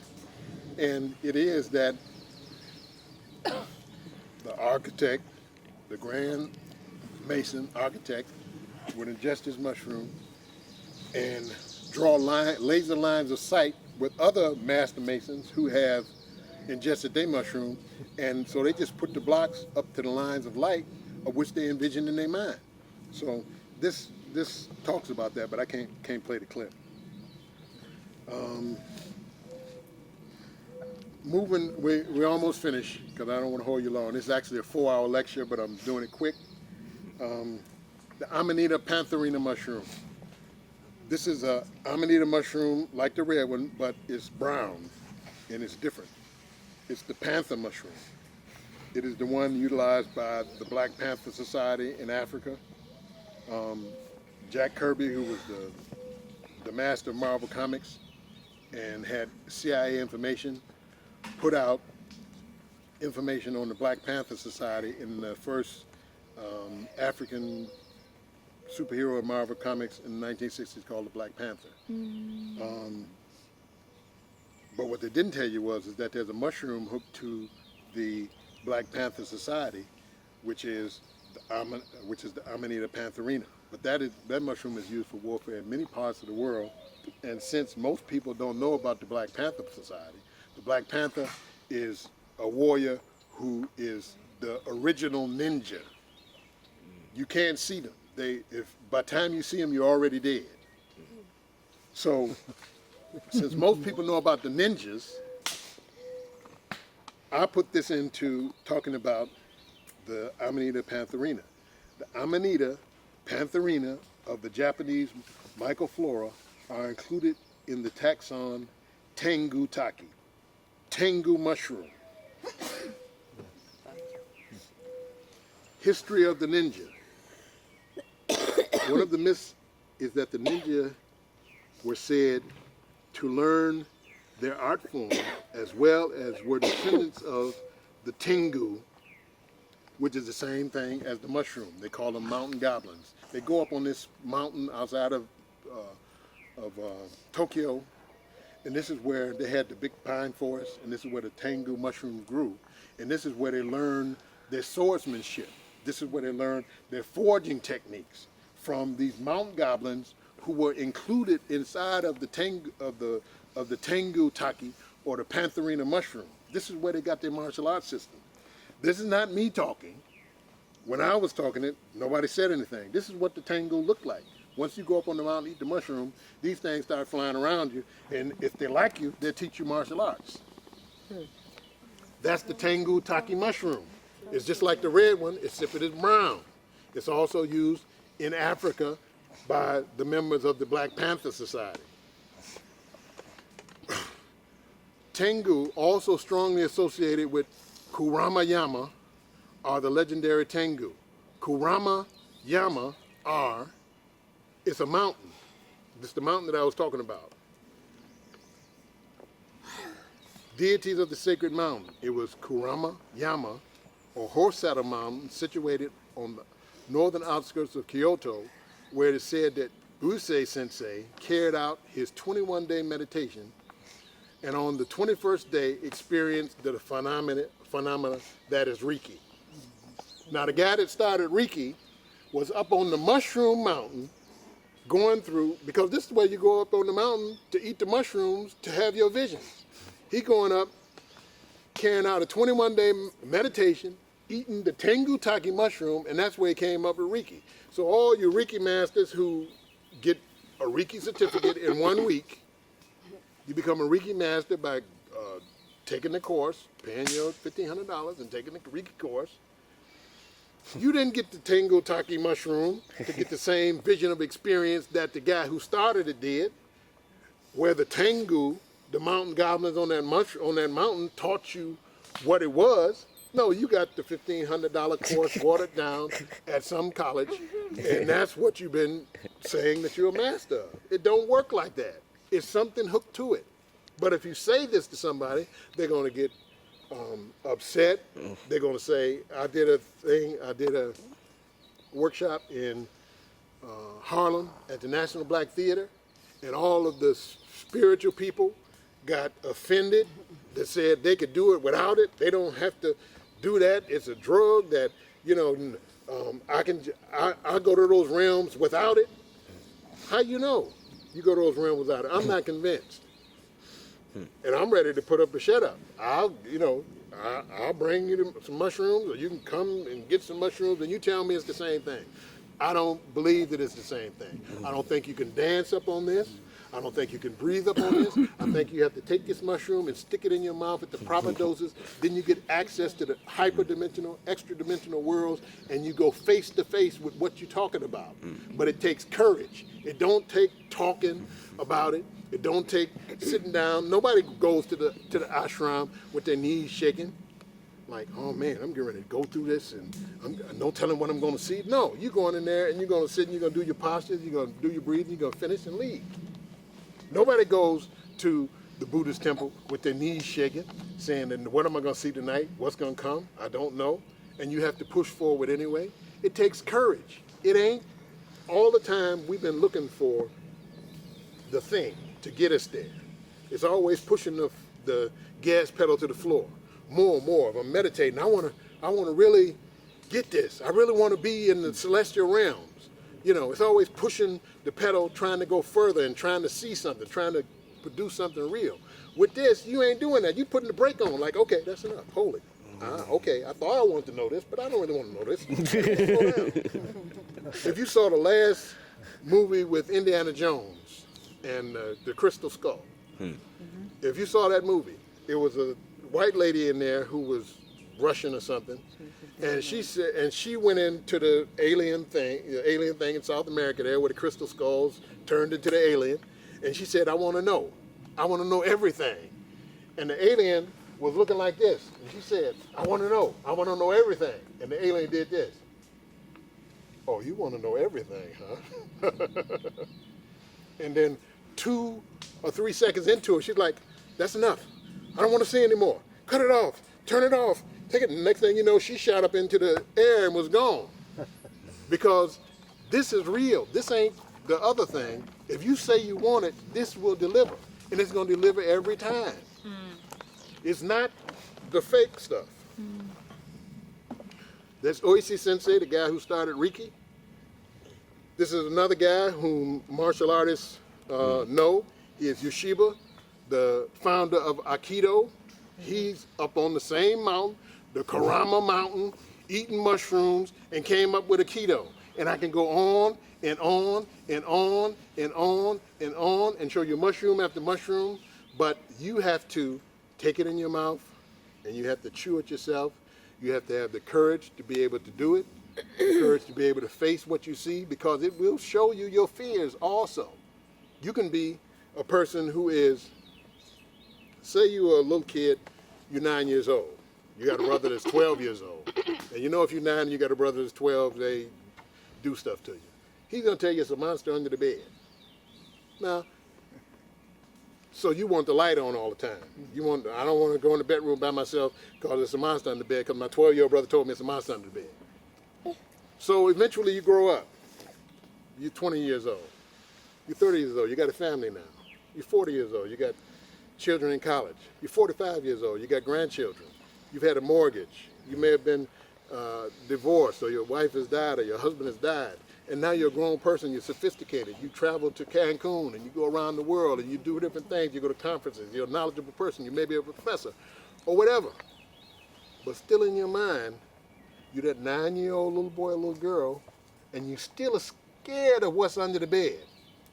But you can't say that even to yourself. But in reality, you still fear what's under that bed. You take this mushroom, and whatever's under that bed that you was afraid of is going to come out of the bed, and you have to face it. And you have to get past it for your own spiritual maturity, because you're going to see stuff here that they said was impossible. You're going to see stuff that they said didn't exist. Every and anything that you see, because these people that do these movies, they taking these mushrooms. That's how they producing these doggone movies. Prometheus and the Predator and the Alien and all that kind of stuff. They doing these things because they see them. The Tengu Taki mushroom is what produces the Black Panther. This is the Black Panther from the TV program. And in this class, this is the series that they aired in Australia because they didn't want to air it in the United States. They didn't want to air it in the United States because these people see this stuff as not just cartoons, because it ain't cartoons for kids. And they were mad because the Black Panther beat up Captain America.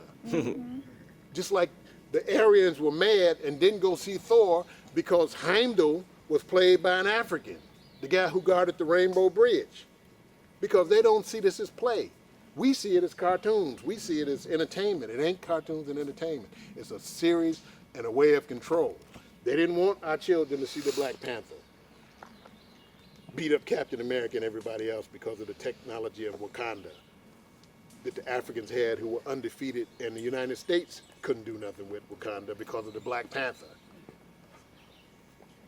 These are books, just supportive material in my talk, Mushroom Wisdom, Mushrooms and Mankind, dealing with the impact of mushrooms on human consciousness and religion.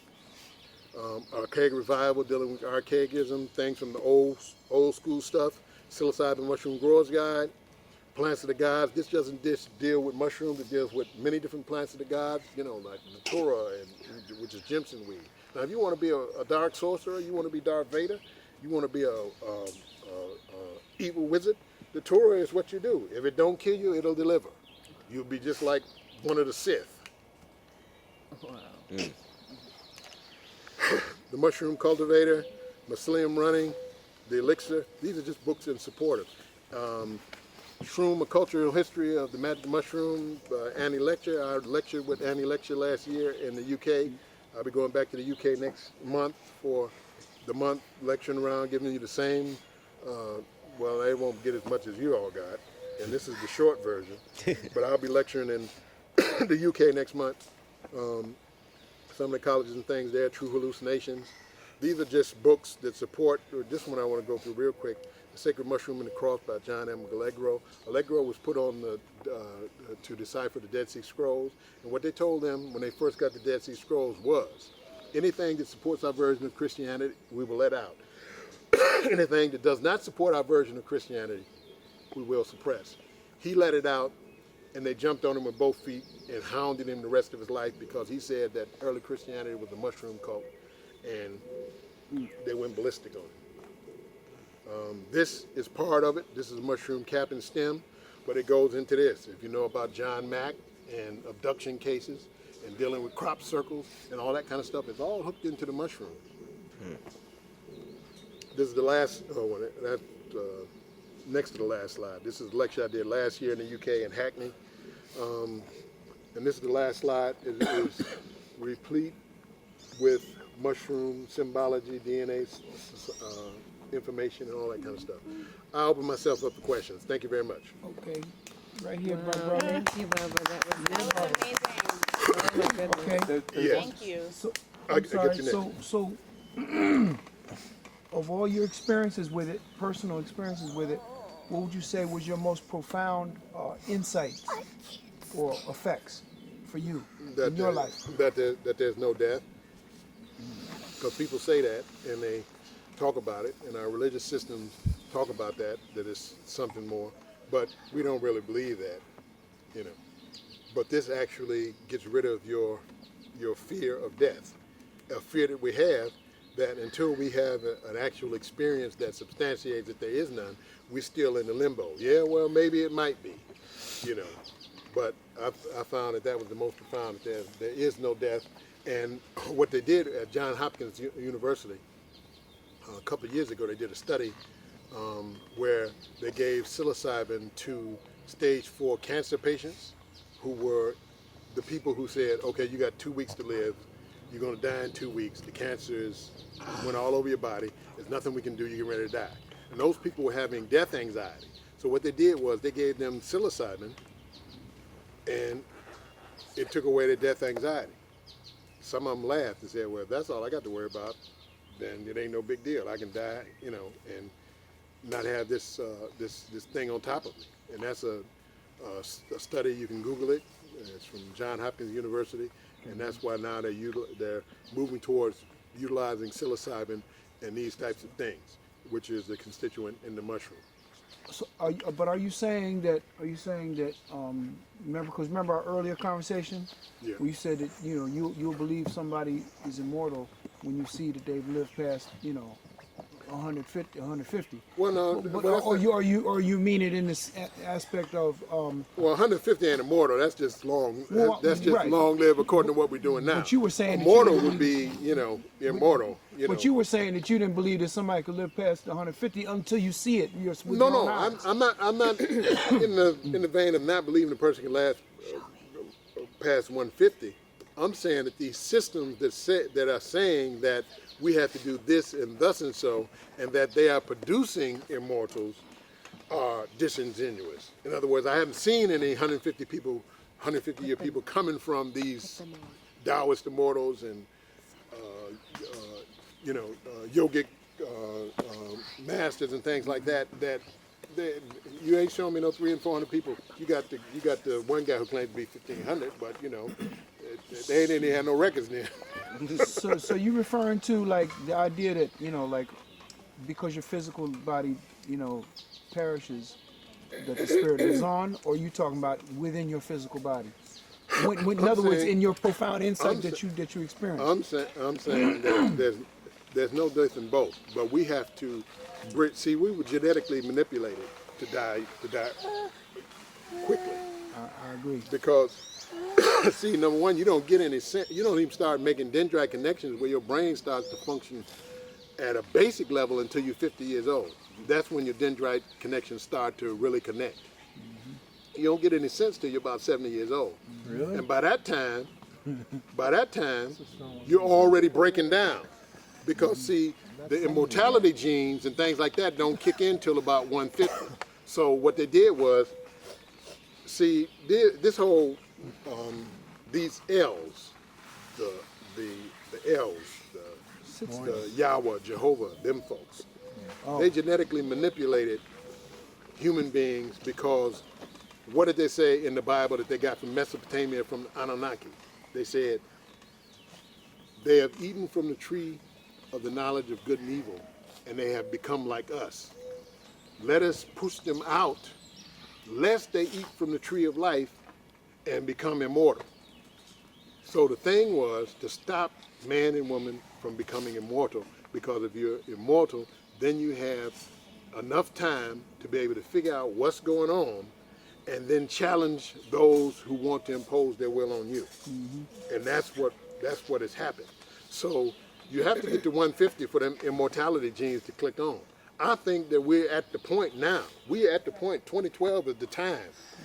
Everything that went before was only a precursor to right now, where we can re-engineer ourselves into turning those genes on through the organic singularity of the mushroom, so that we can then get to the 150, turn on the immortality gene, and then walk off at a point when we want to. Because it ain't about staying here physically forever, because that would be boring, or that would be kind of crazy. I mean, we have trouble staying with one another for 3 years. What you married to your wife, y'all been married 1,500 years. You still, squeezing the toothpaste Woman, Not 1,500 years. Just think 1,500 years. You've been with your spouse 10 years and you can hardly stand them now. 1,500 years, I'm just kidding, but what I'm saying is that no, we're at the crossroads now of being able to do that. So I'm not saying that we can't do that, or I'm opposed to that knowledge. I'm just saying that these things that we've been talking about and doing, and people have been trying to sell us, is not it. It's just like the whole concept, the whole God concept of, the big being up in the sky that is looking over everybody that we pray to or whatever. I'm not a believer in that. I know that there are other powerful beings in the universe, but they ain't no God. The God thing is, I'm open to the information, but I know that what these people are talking about and what they've been giving us for the last 6,000 years is not it.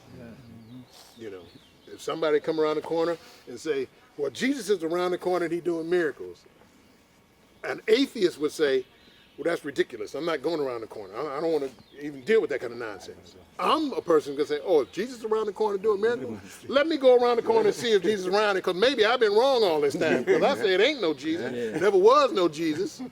But if you got him around the corner, I want to go see. So I'm open to the information, but I know what they're talking about and what they've been talking about for the last 6,000 years is not it. I think it's beyond the comprehension of us at this particular time, because I think that we and everything is the same thing. And what that everything is searching to understand and know itself, because it doesn't know where it comes from. If you know everything and you've always been here, you want to know where you come from. Yes, and then I get back to you. Yeah. You're talking about the Black Panther. Yes. And I read something related to the secret society in Nigeria with The leopard? the leopard. Yeah. Yes. And I want to know, is that related to the leopards? It's kind of like the same society, but the Black Panther is like a higher level of that. Because part of it, during the, I think it's the early colonial period, Yes. where this guy ended up getting a bullet through his heart, and he was able to save himself by, understanding the level of what he was supposed to do, because he belonged to the leopard man. Yes, yeah. Well, they were so-called demonized because of the colonial period. Yeah, they were actually demonized them. fighting against the imperialists, and of course, that means that you're the bad guy when it comes to history. And I'd written an article on them. Yeah. They were able to get into the flowers of plants and disappear through the flowers of the plant. Yes, all of that. And that kind of stuff. Yeah. That's that Pantherina mushroom. Sister here, and then we go over here. Yeah. I was trying to keep up. What's the difference between the red and the blue mushroom? The two different chemicals. The blue mushroom is actual brain chemistry outside of the brain. It's brain chemistry going in nature. The red mushroom is a different chemical structure. It's muscarol, and it's not brain chemistry. It's different. It's a bit harsher. It's not the original one.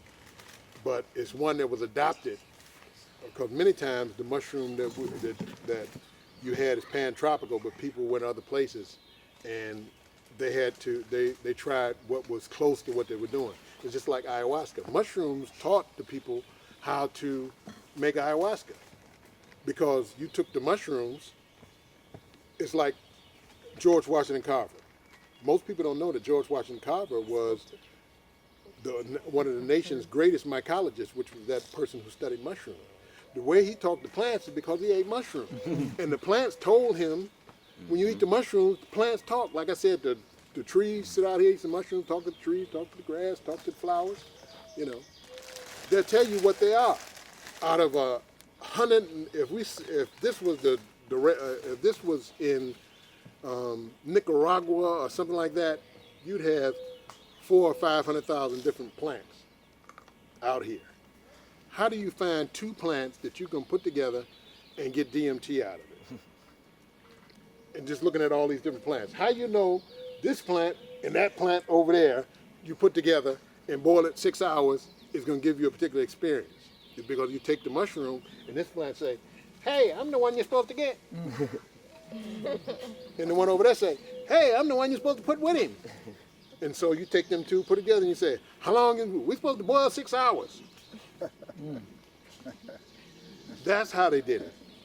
And then later on, that's how the ayahuasqueros synergize medicine for people. You take a little bit of the leaf and you put it in the ayahuasca, and the ayahuasca pulls it apart, gives you what is needed to how much the dosage, what are we supposed to do with it? You're supposed to grate it or you're supposed to boil it or whatever.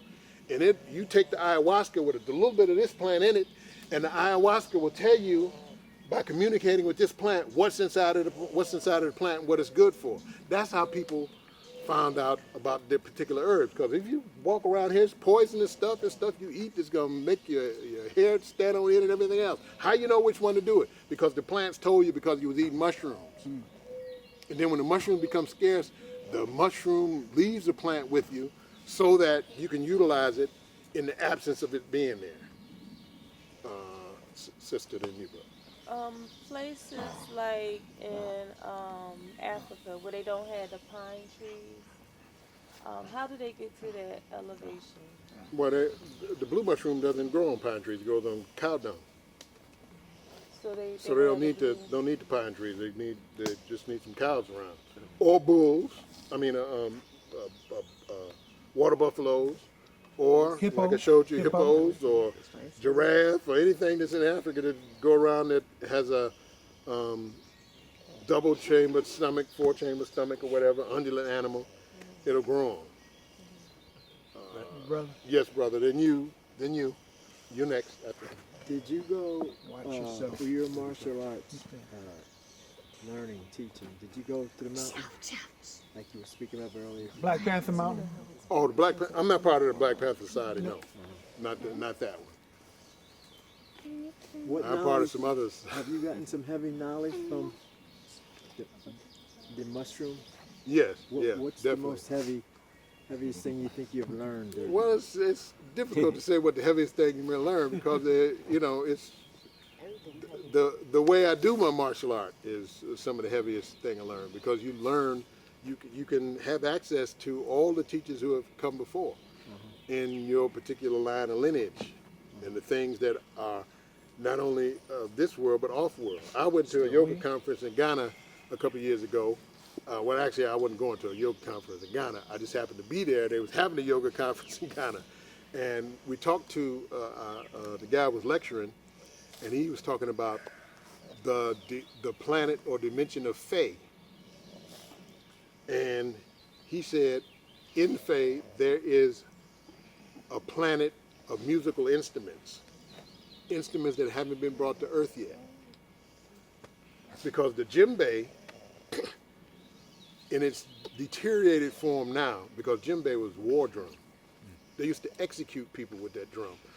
Black! Like that, and the person dropped dead. Fire used to come out of the back of them drums. They had shrines in them drums that the drums lived in their own house. But it's degenerated now to everybody come out, every kid come out of Senegal is a djembe master, and you got people who are not part of the drumming. I'm not a drummer, so I don't mess with the drum because I'm not a drummer. You're not supposed to. Just because I like it don't mean I had to play it. I like to hear it, but I don't play them because I'm not part of that lineage and that family. So you got people who are not part of the lineage family playing it. So they've took the old drums and they put them in them houses in the Senegambia region, and they don't bring them drums out no more, and they just give them stupid little tourist drums out and let people play them, those drums. But the real drums are locked up in them houses there because they have the shrines and they're deadly. So they brought those drums from another dimension, another galaxy, another solar system, and carved them out of wood here where they're made of light in those other dimensions. It's the same thing with weapons and martial arts style. You go there and you see those beings doing those different forms and different ways of movement and things like that, and you bring that stuff back and you, best you can, try to pattern it and parrot it on this dimensional realm. Yes, sister. When can we get up? Ask your mother Come here, Shelby. or your father. You should be able to get up. You can get up. You guys were Yeah. wonderful. Get your blanket. You guys were phenomenal. About children. when you eat, those flying things come out. What if they don't like you? Then you're gonna have a long night. Say that. What's that? What's the I said you're gonna have a long night, meaning that you're gonna have some battle. The goblin. Yes. Oh, So, what was your hallucination when you? Many had different experiences. I've had Yeah, many experiences. different experiences where I've seen people with birds' heads and human bodies, and I've seen galaxies being born and different planets and places where the water is orange and the sky is green and things like that with 4 or 5 suns, And then I've been in places that have been so dark that it's you can't even describe it. Triple thick darkness, so dark that no light exists. I've been in those places also. Yeah. Like, how do you what was your experience like after the hallucinations? When you came down. Well, Do you I get up and eat breakfast and do what I got to do for the day. It's only 8 hours. Then you come back to zero. But then you can use the information Yes, sir, to just- be able to Can you recall in your life. Yeah. And you don't get messed up Messed where up one like of those extra ones stays and you're one of those crazy people talking to you. Well, you can't come back, so to speak. No. If you crazy beforehand, you may not want to take it. You may not want to take them. But we've had people who are on serotonin reuptake inhibitors like Xanax and things like that, and we were kind of cautious saying that you go out regularly. But the thing is that those people who have taken them, who have had on Prozac and Xanax and those type of things, have felt that they felt for the first time regular. Oh, really? okay. Because you of purge, right? You said you purge, right? Well, you don't all. Everybody doesn't purge. It's not like ayahuasca. Ayahuasca is called a purge. Oh, that's the one you said was the purge. Yeah, this Gotcha. one is. This one.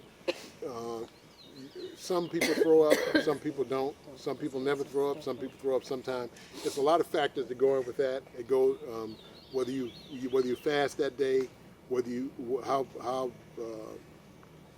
the distance between you eating and eating the mushrooms, things like that. There's a lot of factors in there Okay. on that whole I thing. have a question. Yes.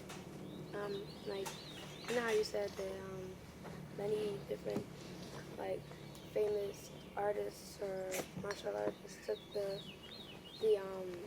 mushrooms and stuff, and like that's how they invented it. Some, yeah. Like, where did you like get the information from? Where do you get the information to invent the things? No, like, where did you learn that from? Oh, well, that's part of Taking what the I do. mushrooms. That's part of martial art is what I do. So I know a lot of the folks who are part of the inventive phase of things and the experiential phase of things and how they relate to their particular styles and the history of particular styles and things like that. When you do cross-reference martial arts, and cross-reference things from how people learned and how their style was invented, you know, because like, say, Wing Chun was created by a woman who saw it as a dream. The praying mantis saw the style was invented by a guy was observing a praying mantis fighting a bird and different things like that. But I have a question. Like, so like if like they saw like, I know that like many Chinese martial arts or Japanese martial arts, they study different animals to get their form of martial arts. Like you said, the drunken master and stuff like that, Yeah. right? Well, that was more Chinese than Japanese. Japanese. So like why, like how come like couldn't they just figured it out like that without taking that? Some were, you know. Nothing is all inclusive, you know. A lot of the modern styles are done that way. These were the older forms. You know, many modern forms weren't, but some, like Aikido, went to an older way of creating a particular style. You know. But for your style, did you like take the mushroom to get into your style to become a master? Or you are a master in your style? Well, how you describe yourself? I don't like that word master, because if I was a master, I wouldn't have had to catch the bus down here. I'd have just, you know. You took the magic off. I'd have been here. But no, it's part of the learning. At a certain stage of it, they give you the mushroom, and you do the study then. It's kind of like you learn certain things with your teacher, then your teacher gives you the mushroom, and then you can go with your teacher's teacher or your teacher in the realm of learning.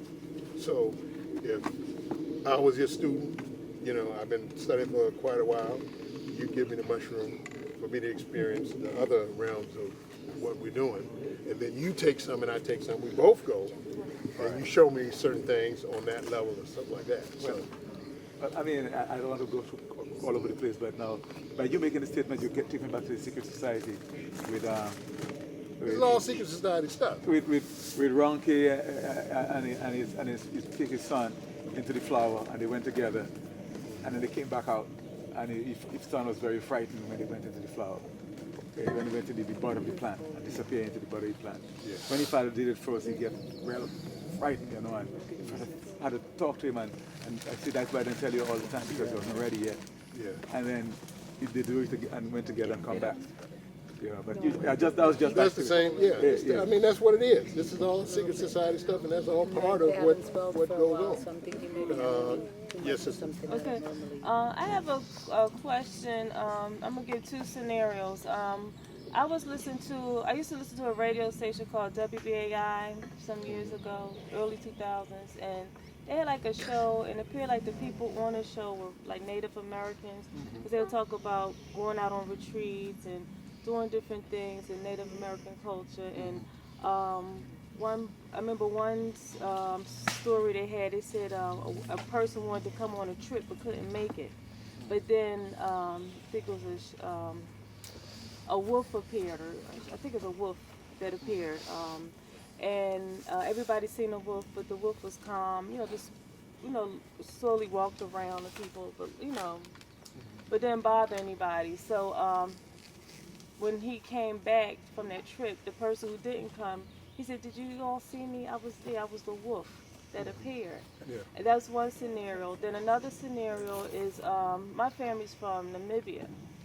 And I didn't see it with my own eyes, but my father told me that my relatives, like close relatives, transform into animals. And like when I visit them, I don't want to say, Can you do that trick for me? Yeah. Like, can I mention? Someone do you think they do this with mushroom, but I don't know how to ask them, or Well, just ask them. They may not tell you unless you was initiated in society, but they may tell you. I don't know. Could I mention mushrooms to him? You mention mushrooms. See what they say. But from my own memory, that I remember a time my father was blown away. You don't want it to deal with this one. He said this one has turned into that one, and turned into different animals. And he was telling us don't even write them because they could come across the water. My father was telling us that. Yeah, he said they could travel in the atmosphere. They could travel across continents. All of that, yeah. That's what we've been talking about all night. Yeah. What style of martial arts do you practice? I practice Saki, Lambiji, Buri. Where's that come from? Huh? Japanese style? No, those are African. African? African style? African style? Yeah. Have you heard of Madhu? Mardu? Madhu. Yeah, that's Indian. Oh, is it? Yeah, Mardu. Yeah. That's Mardu Adil. That's like Indian pressure points. India. Really Indian. Yeah, Indian. Not the indigenous folks here. That was practice. So how would you be able to use that in this particular dimension after you've had that experience? Will you be able to integrate back into normalcy after because after you've done it, you've closed your eyes and you're going on your journey.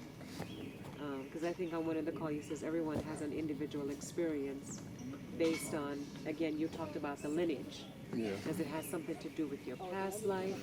Does it get you a little bit more clearer on life purpose, that kind of thing? It is your will and desire is much part of it. Okay. You can integrate it into your life as much as you desire to. A lot of times the things that go on don't so much gel with this world, but there are things that you can pull back if you desire that. You'd have to go there. You see, it's still an art to it. It's still work. It's Right. not a free ride. You Right. still have to. Okay, tonight I want to Make your intentions. I want to make my intentions. You know, I want to do this and thus. I don't want to do anything else. I want to do thus and thus. Because but integrate it back in your life. Yeah, you can. There are many things you can integrate into your life, and no, you don't get stuck over there. Does it affect the physical body? I heard you say something about the cell. Does it affect the physical Oh, body? I was in any saying the way? shape. I was just telling him that And the the shape DNA? shifting hurts. Oh. So When you do that. have you ever been? You've been involved in shifting and stuff. Yeah. I mean, in the Caribbean, I come from the Caribbean. A few of us here from the Caribbean, and in the Caribbean we have a lot of stories where people turn into animals. Yeah. You know, and you talking about shape shifting, you will be considered to be an Obeah. Yeah. I know, Yeah, right? something like that. Yeah. You, I mean, in the Caribbean, you'll be considered to be an Obeah because you could do things that other people can't do, as it will say. Yeah. Now we hear about stories where people turn into animals and do good or bad to other people. And we have a lot of those talks in the Caribbean. Many people know. I mean, we have no real proof except they say that. I know about this guy who turned into a pig. And The stories. Yeah, and they beat the pig up. They call them tales of power. Yeah. But that's why, like I said, we want to deal with the actual being in it, not tales about it. Do you have a question? Or are you just stretching your arm? No, I had a question. Oh, I was Okay, asking. good.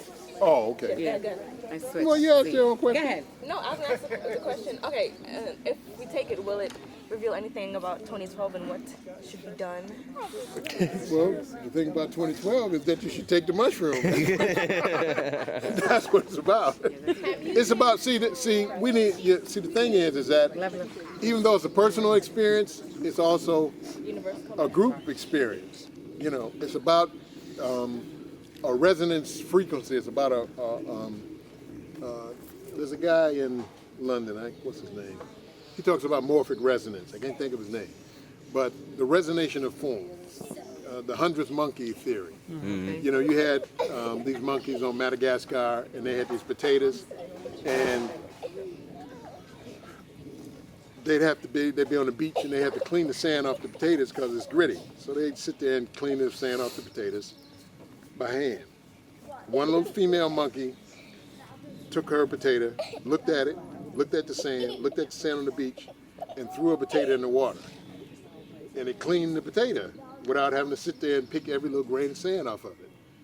And the little monkey took the potato, ate it because it was clean, and then it had a salty taste because it came out of salt water, so it tastes better. So this little female monkey went to the older monkeys to try to show them to throw their potatoes in the water, and they were just, you know, get out of here. You don't know what you're doing. This is the way you're supposed to clean a potato. You know, you see you're young, you're silly, you don't know what to do. You know, we know how to clean potatoes. So what happened was she showed all the young monkeys how to clean their potatoes by throwing it in the water. The old monkeys kept cleaning their potatoes, grit by grit, by grit by grit.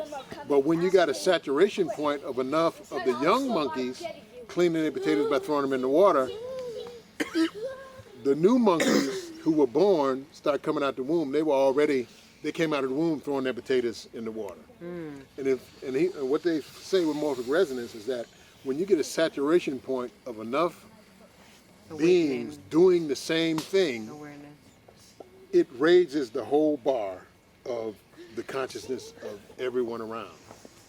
That's what takes the next. That's what brings it to the next level. It's not just an individual doing it here and an individual doing it there, and trying to get somebody else to do it. It's when we get enough people doing this thing that we could change this whole. We change this whole thing. You can shift the whole thing for our children's sake and their children. Shift the whole thing like that with a thought. You know. So what time we get started now? Yeah, exactly. Where's the? That's what I say the total 2012 is. And the thing is, it's our legacy. It's not nothing that we're trying to put together. It's been around for hundreds of thousands, maybe millions of years. And thank you very much for listening. And if you have any other questions, you can still ask me questions because I'll be here.